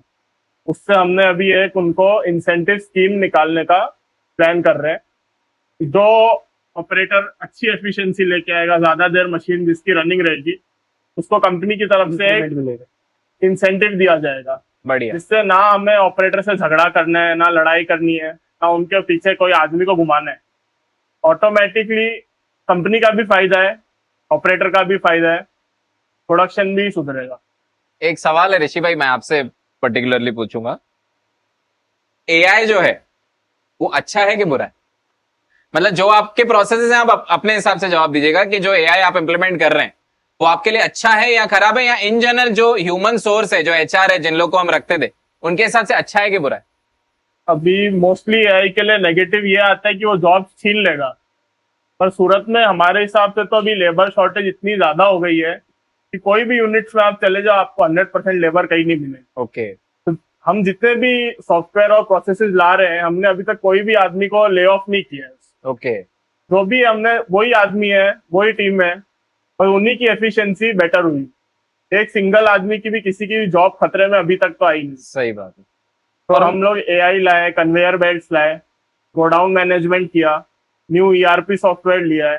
सबसे हमें यहाँ पे सुधारा ही आ रहा है और ना किसी की जॉब को कोई खतरा है। और कहीं ना कहीं मुझे ये भी लगता है कि एआई से हम एक इंसान की एफिशिएंसी बढ़ा रहे हैं।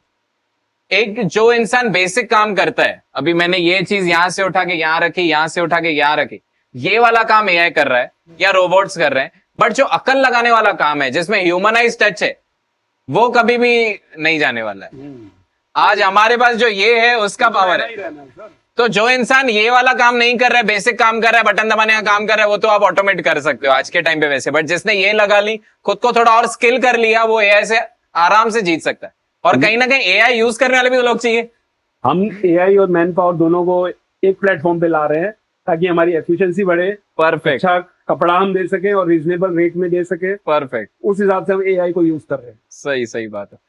ऐसे अभी ऋषि भाई आए हैं तो मेरे को एक और माइंड में ऐसा सवाल आया कि जो भी फ्यूचर है फैब्रिक्स का, जैसे टेक्निकल फैब्रिक्स हैं या कोई और फैब्रिक, आपको क्या लगता है ये जो हमारे फैब्रिक्स हैं वो फ्यूचर है? अभी मेरे को जितना पता है, करेक्ट करिएगा अगर मैं गलत हूं तो, ये शुरू हुआ था, पहले हम कॉटन के दीवाने थे, फिर कॉटन के बाद धीरे धीरे जैसे इंपोर्टेड पॉलिएस्टर आने लगा, उसके प्रॉब्लम्स कम थे। कॉटन का जो एक प्रॉब्लम है कि श्रिंकेज हो जाती है, उसका कलर वॉश के बाद फेड हो जाता है, कॉलर के ऊपर थोड़े वेव्स आ जाते हैं, और पॉलिएस्टर में ये चीजें नहीं थी। फिर धीरे धीरे लोग पॉलिएस्टर पे शिफ्ट हुए, अभी धीरे धीरे सस्टेनेबिलिटी वाला जो कॉटन वाला फिर सेगमेंट आ रहा है। But in general what is the future of fabrics, technical fabrics और एनीथिंग एल्स प्लीज? मुझे तो लायोसेल, मोडाल, रेयॉन, ये सब में फ्यूचर पॉलिएस्टर के जितना ही लगता है आगे। ओके। क्योंकि वो कॉटन जैसे ही सेल्यूलोज बेस्ड हो गए, प्लस उसमें कॉटन जितनी फार्मिंग करने की जरूरत नहीं, वो सब वेस्ट स्क्रैप से, वुड पल्प से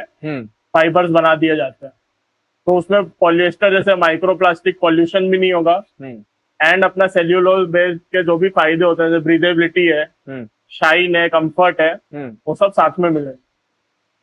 पॉलिएस्टर का भी फ्यूचर अभी करंटली तो है, और जैसे जैसे आगे हम लोग क्रूड ऑयल के प्राइसेस देखते हैं, गवर्नमेंट का पुश देखते हैं सस्टेनेबिलिटी की तरफ, तो रिसाइकल्ड पॉलिएस्टर एक बहुत बेटर ऑप्शन दिखता है वर्जिन पॉलिएस्टर के कंपैरिजन। सही बात। हमारे यहाँ पे एक यूनिट है तो स्पन पॉलिएस्टर रिसाइकल्ड से बनाते हैं। सूरत में ऑलरेडी कई सारे प्रोजेक्ट्स आ चुके हैं जो रिसाइकल्ड पॉलिएस्टर से स्पन पॉलिएस्टर बनता है, वो बनाते।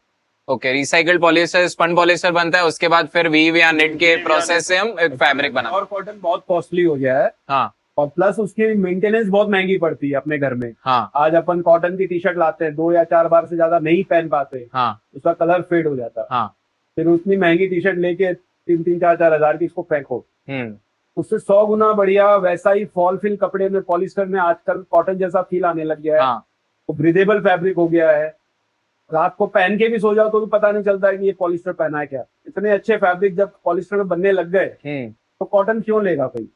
प्लस उसकी कॉस्टिंग बहुत कम है। आज ड्राई फिट्स आप टी शर्ट्स आप बोलते हो, स्पोर्ट्स में पूरा पॉलिस्टर है, और अपने कॉटन की जगह हर चीज में अभी पॉलिस्टर यूज होने लग गया है। वो बहुत सस्टेनेबल चीज है, अच्छी चीज है, तो आगे उसी का ही फ्यूचर रहेगा। पर सर मैंने जितना देखा है, फ्यूचर जो ट्रेंड है इंस्टाग्राम पे है, ये कहीं ना कहीं ऐसे जा रहा है कि पॉलिएस्टर गलत है, कॉटन अच्छा है। और पॉलिएस्टर में जितना मुझे पता है उस पर भी आप बताइएगा कि माइक्रोफाइबर्स जो रिलीज होते हैं वॉशिंग के टाइम पे वो गलत है। अब मुझे लगता है कि माइक्रोफाइबर्स एक प्रॉब्लम है, बट जब भी वो कपड़ा वेस्ट हो रहा है तो उसके बाद उसको रिसाइकल, जैसे भैया ने बताया, रिसाइकल से स्पन करके एक फैब्रिक बनाया जा सकता है। तो ये भी एक कहीं ना कहीं ऐसा है कि जैसे प्लास्टिक की बोतल है कि भाई हम यूज कर रहे हैं अभी भी, तो मतलब उसके ऊपर आपका क्या टेक है? एक्चुअल में कॉटन अपनी जगह अच्छा है, पॉलिस्टर अपनी जगह अच्छा है, लेकिन आज मैं एक तिरुपुर का एग्जांपल देता हूँ। वो मंडी पूरी कॉटन बेस्ड थी अभी तक, गारमेंट्स में, टी शर्ट्स में। तो मुझे अभी मेरे कुछ सोर्सेज ने बताया वहाँ 70% पॉलिस्टर यूज होने लग गया टी शर्ट्स में इंस्टेड ऑफ कॉटन। और जो बायर्स एक्सपोर्ट करते थे वहां से टी शर्ट्स, गारमेंट्स, वो लोग भी पॉलिस्टर के दीवाने हो गए। पॉलिस्टर में इतना अच्छा फैब्रिक बनने लग गया कि अब कॉटन के भरोसे नहीं रहा गारमेंट। हमारी सेल भी वहाँ काफी बढ़ी है इस चक्कर में पॉलिस्टर फैब्रिक की। तो मतलब आप तिरुपुर भेजते हैं? हाँ जी। ओके। तो मेरे हिसाब से अब आगे फ्यूचर पॉलिस्टर ही रहेगा, कॉटन इतना नहीं करेगा। ठीक है, कॉटन अपनी जगह है, वो रहेगा ही, लेकिन काफी हद तक पॉलिस्टर उसको बीट करता है। और कहीं ना कहीं भैया ने जैसे दूसरे जो भी सेल्यूलोज ब्रांड, सेल्यूलोज वाले बेस वाले जो भी बताया, आपने नायलॉन बताया, तो वो भी कहीं ना कहीं एक अच्छा उनका पार्ट बनेंगे। और ब्लेंड्स भी हैं, बिकॉज ऐसे लगता है किसी को अगर ऐसा है कि सिर्फ कॉटन में ही मैं हर चीज बनाऊं तो शायद मेरे हिसाब से वो इतनी ड्यूरेबल भी नहीं होगा। ड्यूरेबल नहीं और है। कॉटन की क्या प्रॉब्लम्स है वो आप ज्यादा अच्छे से बता पाएंगे? कॉटन का सबसे बड़ा यही इश्यू, मेंटेनेंस कॉस्ट बहुत ज्यादा है, और it's not in reach of each and every person. India में आज जो मिडिल लेवल क्लास लोग हैं और लोअर मिडिल क्लास है, वो लोग कॉटन अफोर्ड नहीं कर सकते। और आज 1,40,00,000 हो गए हैं अपने, तो कपड़ा तो सबको चाहिए। पॉलिस्टर ही ऐसा फैब्रिक है जो इजीली अवेलेबल करवा सकते हैं, चीप रेट में करवा सकते हैं, अच्छी क्वालिटी करवा सकते हैं। मेरा तो यही मानना है पॉलिस्टर आगे बहुत बूम करने वाला है। और कहीं ना कहीं वो एक छोटा सेगमेंट रहने वाला है जिनको सिर्फ सस्टेनेबल चाहिए, और वो इंडिया वन के हिसाब से ठीक है। जिनके पास पैसे बहुत हैं वो तो कुछ भी खरीद सकता है ना, वो तो रिसाइकिल्ड कॉटन खरीद, कुछ भी खरीद सकता है, उसके पास तो पैसे की कमी नहीं। बट जिसके पास कमी है, अभी 140 करोड़ में से मुझे लगता है कि 100 करोड़ तो ऐसे लोग हैं जिनके पास कमी है, उनको सस्ता कपड़ा, उनको सही रेंज में चाहिए। तो उसके लिए सूरत बैठा है। और कहीं ना कहीं being very brutally honest, wholesale वाला जो भी फंडामेंटल चलता है ना, वो इंडिया 3 के लिए ही चलता है। इंडिया 1 और 2 है, उनके पास बहुत पैसा है, वो उनके लिए केटर करने वाले हजारों लोग, पर जिसको बेचारे को पैसा नहीं है उसके लिए हम है। मैं भी 1, 2 और 3 में बेचता हूँ मोस्टली। कैलेमिटीज होती है तो सूरत बढ़ चढ़ के आगे डोनेट करता है, फैब्रिक बेचता है। क्यों बेचता है? कि वो लोगों के जो कपड़े पहनते हैं वो सूरत ही सप्लाई करता है। तो सूरत इस चीज का बहुत बड़ा हब है आज पर। वही बात है। और मेरे को लगता है वो सिर्फ 0.1%, 0.5% लोग हैं जो सिर्फ सस्टेनेबिलिटी, कॉटन और इन चीजों की दुनिया में। और जो भी ब्रांड भी बना रहा है तो उसको समझ के चलना है कि मैं ये ब्रांड उन लोग के लिए बना रहा हूं। वो फिर ये जो पॉलिस्टर वाली दुनिया है, जो दुनिया अभी चल रही है, और जो दुनिया से लोग सही पैसा देके सही चीज खरीद सकते हैं। अभी सर ने मेरे को फैब्रिक दिखाया, जो आपने प्रोसेस में अगर देखा हो तो उस फैब्रिक की कॉस्ट है 60 रुपए के आसपास। अभी 60 रुपए में क्या आता है? अब सोचिए, इतने करोड़ों का कारोबार, यान ले, छोटी छोटी चीजें करके वो फैब्रिक को रेडी करें, उसको प्रोसेस करने के बाद अपनी कमाई जोड़ने के बाद 60 रुपए में बेचना, that is a very big amount. और मेरे हिसाब से एंड गारमेंट शायद कोई 200-300 में बेच सकता है इजीली सर, बहुत चीप है। मुझे ऐसे लगता है कि जो भी न्यू क्लोथिंग फाउंडर रहता है, बिकॉज मैं बहुत न्यू क्लोथिंग फाउंडर से बात करता रहता हूं, उनका सबसे बड़ा प्रॉब्लम एक ही है कि कोई ट्रेडर, कोई सप्लायर ने जो हाथ में कपड़ा दिखा दिया, दिखने में सॉफ्ट है, अंदर क्या है कुछ पता नहीं, कौन से टाइप के यान से बना है, A to Z उसे कुछ पता नहीं। तो एक न्यू आदमी को कैसे समझना चाहिए कि ये फैब्रिक, कोई भी एक फैब्रिक है, उसका कैसा क्वालिटी चेक्स कैसे करने चाहिए? लिमिटेड के अंदर बहुत तरह तरह के यान से फैब्रिक बनता है। पेंडेक्स भी लगता है, टेक्स में भी बनता है, माइक्रो में भी बनता है, फुलडल यान से भी बनता है। तो एक लेमैन तो जल्दी से नहीं समझ पाएगा कि अंदर क्या लगा हुआ है। इसको तो सप्लायर के ऊपर ही फेथ करना पड़ेगा कि उसने क्या दिया है। समझा। इन एज अ जनरल मैन, एक कॉमन मैन कैसे फैब्रिक को समझे? तो निटेड फैब्रिक में जितना ज्यादा स्ट्रेच होगा, इसका मतलब उसमें ज्यादा स्पैंडेक्स है, ओके अच्छा, मेरा मानना है कि ज्यादा स्पेंडेक्स वाला कपड़ा ड्यूरेबल नहीं होता है, ओके तो हमेशा कपड़ा कम स्पेंडेक्स कम स्ट्रेचेबल वाला ही लेना चाहिए, उसकी ड्यूरेबिलिटी अच्छी रहती है। ओके प्लस फुल डल यार्न से बना हो, माइक्रो से बना हो, उसकी सॉफ्टनेस बहुत अच्छी रहती है। उस तरह का फैब्रिक अगर कस्टमर प्रिफर करेगा अपने डेली वेयरिंग में तो उसको बहुत अच्छा फील मिलेगा। समझा। बट मेरे को मतलब इस पे एक आपको टेक पूछना है कि अभी जैसे आपने सॉफ्टनेस बोली, तो आज के टाइम पे तो ऐसी वॉशिंग टेक्नोलॉजी आ गई है कि वो रफ से रफ फैब्रिक को भी सॉफ्ट दिखा सकती है। मे बी वो वॉश 5, 10, 15, 20 या 30 में फेड अवे हो जाए। जैसे सिलिकॉन वॉश आती है, मर्सराइजेशन होता है, बायो वॉश होती है, तो उसमें कैसे पहचानेगा? एग्जैक्टली वो इतना आसान नहीं है किसी लेमैन को समझना। उसके लिए उसको ट्रस्टेड सप्लायर के पास ही आना पड़ेगा, हमारे पास ही आना पड़ेगा। सही बात है। और कहीं ना कहीं ऐसा है ना कि मतलब अभी मेरे को बुखार है, हाँ। तो मेरे को किस टाइप का बुखार है डॉक्टर बताएगा ना। मैं बोलूं यार मेरे को डेंगू है, मलेरिया है, वो जब तक रिपोर्ट नहीं होगी तब तक कुछ पता नहीं चलेगा। और आप भी मतलब आपको इतना एक्सपीरियंस है तो आप तो 1 सेकंड में बता लोगे। आप अपना जीएसएम चेक करोगे, हाँ। आप जो भी चीजें अपनी 100% चेक। बाकी बेसिक कोई भी न्यू आदमी देखता है ना, उसको एक ही चीज दिखती है, जीएसएम। जी सर। बस जीएसएम देख लेगा, अरे 300 जीएसएम है, अच्छा होगा। नहीं नहीं सर, ऐसा नहीं होता है। 300 जीएसएम बनाना हो तो मोटा धागा लगा के 300 जीएसएम बना दूंगा, लेकिन it's not good for your body. और कौन से टाइप का यान है वो भी तो है ना। आपने मोटा तो कर लिया, बट मोटे से तो आप कुछ भी बना सकते हो ना। आजकल फाइन फैब्रिक का ट्रेंड आ गया। फैब्रिक जितना फाइन रहेगा, जितनी वीविंग उसकी अच्छी रहेगी, टाइट वीविंग रहेगी, उतना ड्यूरेबल रहता है। सही बात। लूज वीविंग अच्छा नहीं है, मोटा धागा अच्छा नहीं है, वो सब चीज अपने को देख के ही फैब्रिक लेना चाहिए। एंड कहीं ना कहीं यही डिफरेंस होता है एक छोटे ब्रांड में जो हार जाता है। 2-3 लाख, 5 लाख, 10 लाख से स्टार्ट किया भाई, गलत फैब्रिक्स ले लिए, फिर फेल हो गया। और एक ऐसा रहता है कि भले भाई मैंने सही इंसान से खरीदा, फिर मैंने एक डिजाइन लॉन्च की, बट वो एक डिजाइन इतनी बढ़िया है, इतना अच्छा फैब्रिक है, सामने रगड़ रगड़ के पहन रहे, बोलता है लूंगा तो इसी ब्रांड का लूंगा, नहीं तो नहीं लूंगा। यही इसी कारण से कहते हैं कि अच्छे ब्रांड के साथ ही कोलैबोरेट करके आपको फैब्रिक लेना चाहिए, ताकि उनको नॉलेज हो वो क्या दे रहे हैं, और उन्हीं की नॉलेज से आप अपना बिजनेस आगे बढ़ा सकते हैं।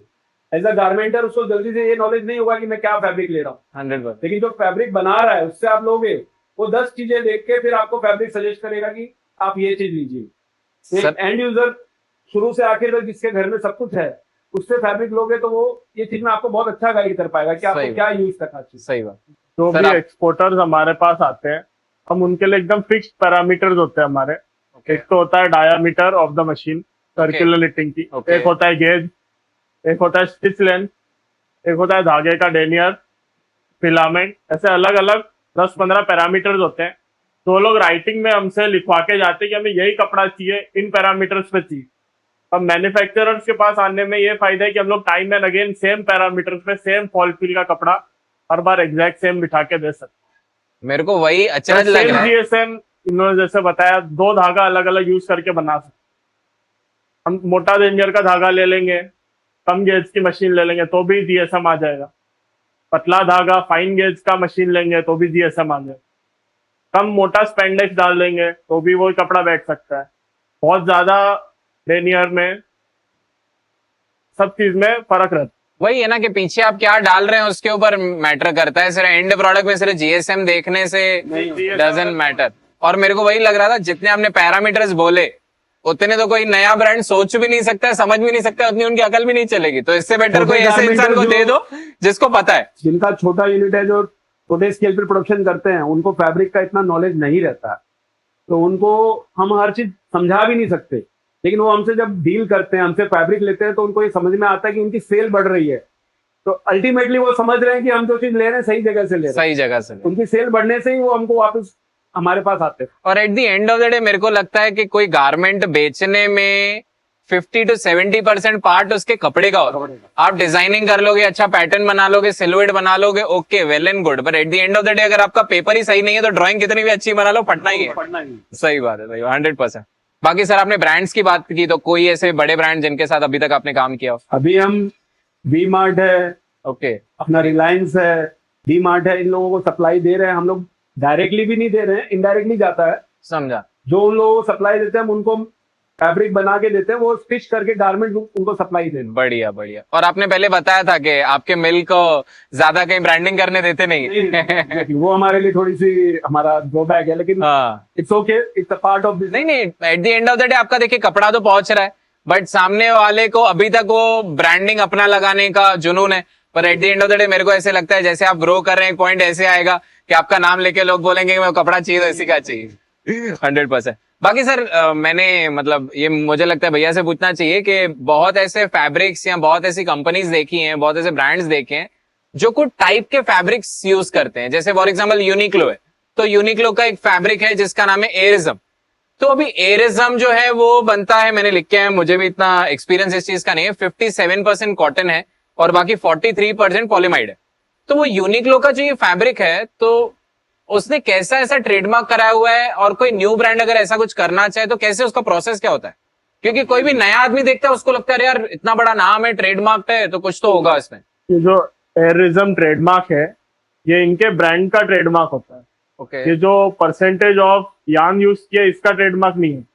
तो हम चाहे तो हम भी ये पॉलिएस्टर एंड इसका ब्लेंड था, cotton and polyamide. Cotton and polyamide का ब्लेंड हम लोग बना के दे सकते हैं ओके एग्जैक्ट सेम रेशियो में। जो वीविंग उन्होंने की है वही वीविंग हम लोग करके दे सकते। और हम लोग बस नाम एरिज्म यूज नहीं कर सकते। मतलब इन शॉर्ट आप ये कह रहे हैं कि उसने सिर्फ नाम लिया है, नाम ब्लेंड तो कोई trademark भी होता आप 57-43 के जगह 58-42 भी कर देंगे तो वो कोई और नाम भी लग सकता है। तो इट्स जस्ट अ गिमिक। मेरे को ऐसा लगता है मार्केटिंग गिमिक है कि दिखा दिया भाई एरिज्म टेक करके कर दिया भाई, कपड़े के अंदर टेक्नोलॉजी डाल दी। Exactly exactly exactly 100%। Sir last सवाल जिसकी वजह से शायद आज हम मिले, व्हिच इज कंटेंट। आपने शायद जिस टाइम पे इस चीज की शुरुआत की थी, हमने पहले भी बोला, तभी तो कीपैड वाले फोन भी नहीं हुआ करते थे, तब आप सिर्फ टेलीफोन या टेलीग्राम पे चलते होंगे मे बी। तो उससे सीधा कंटेंट, तो आपको क्या लगता है कंटेंट और क्लोथिंग इंडस्ट्री साथ में चल सकती है, ग्रो कर सकती है, या कहीं ना कहीं ड्रॉबैक है कि लोगों को आज के टाइम में सब पता है?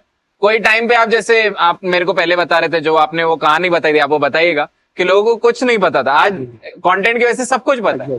प्लीज बताइए। सर ये कंटेंट क्रिएट करना तो बहुत जरूरी हो गया आज तक। ओके अभी रिसेंटली थोड़े दिन पहले ही हमारा फोस्टा का बहुत बड़ा सम्मेलन हुआ था। हाँ इसमें पूरे सूरत के वीविंग यूनिट्स वाले, प्रोसेसिंग हाउस वाले सब इकट्ठा हुए थे।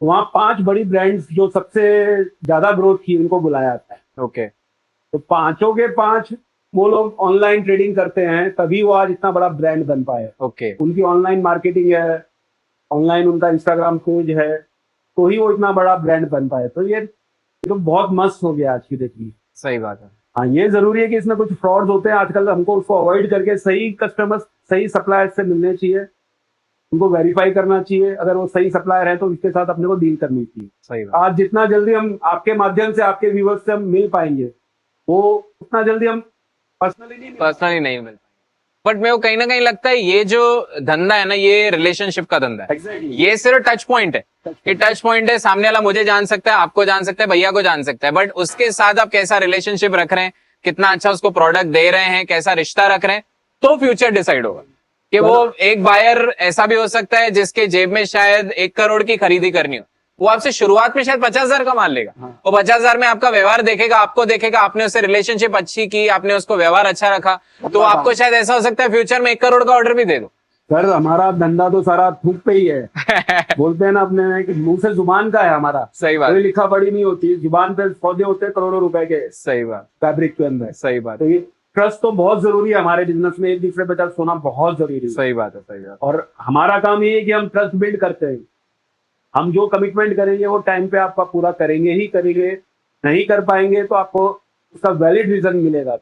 सही बात है सर, मतलब बात करके आज बहुत अच्छा लगा। आज मैं यहाँ से जाऊंगा तो गारंटीड कुछ ना कुछ एक्सपीरियंस, आपका कुछ बात और आपका इतना बड़ा काम और कुछ ना कुछ नॉलेज लेके जाऊंगा, और मेरे हिसाब से जो देख रहा है वो भी बहुत एक्सपीरियंस और नॉलेज लेके जाएगा। आज बात करके बहुत अच्छा लगा। तो आज का जो भी हमारा सेशन था इसको यहीं एंड करते हैं, बट मैंने अभी तक पूरे प्रोसेस में भैया को एक बार भी अपने बिजनेस की डिटेल्स शेयर करने की ज्यादा टाइम नहीं दिया, तो मैं भैया को 2 मिनट देना चाहूंगा जिसमें आपको बताएंगे कि किन किन चीजों में डील करते हैं और कैसा इनका काम है। अगर आपको एक डायरेक्ट मिल से जोड़ना है और डायरेक्ट मिल से काम करना है तो आप भैया के पास आ सकते तो सर ऐसा है, सौरभ जी, मेरा नाम सचिन अग्रवाल है और मेरे बड़े भाई का नाम है प्रवीण अग्रवाल। हम लोग वीविंग यूनिट चलाते हैं, सर्कुलर वीविंग, जिसका फर्म का नेम है हमारा विश्वकर्मा फैशन प्राइवेट लिमिटेड। हम लोग बाथ नीटिंग में ही चलाते हैं, वो हमारा फर्म का नाम है पार फिटेक्स प्राइवेट लिमिटेड। फिर हम जो फैब्रिक बनाते हैं उसको हम प्रोसेस भी करते हैं। डाइंग यूनिट भी है हमारा, उसका नाम है टोकीबा प्रोसेस, जिसका अर्लियर नेम था क्यूबेटिक। अभी हमने वो भी वेंचर ऐड किया है हमारे प्रोसेस हाउस का। और हम फिनिश फैब्रिक भी सप्लाई करते हैं, वो फर्म का नाम हमारा लक्ष्मी विष्णु सिल्क मिल्स है। इस तरीके से हम वीविंग, डाइंग और प्रोसेसिंग तीनों काम हम हमारे एक ही छत के नीचे करते हैं। ये मेरा परिचय है। आपको नीटेड से रिलेटेड कोई भी फैब्रिक या कोई भी जानकारी कभी भी चाहिए, एनी टाइम, मैं आपको मेरा मोबाइल नंबर शेयर करता हूँ और मेरा एड्रेस शेयर करता हूँ। आप कभी भी मुझे पूछ सकते हैं, any time. Thank you very much. जय हिंद, जय Bharat. Thank you, thanks a lot, thank you.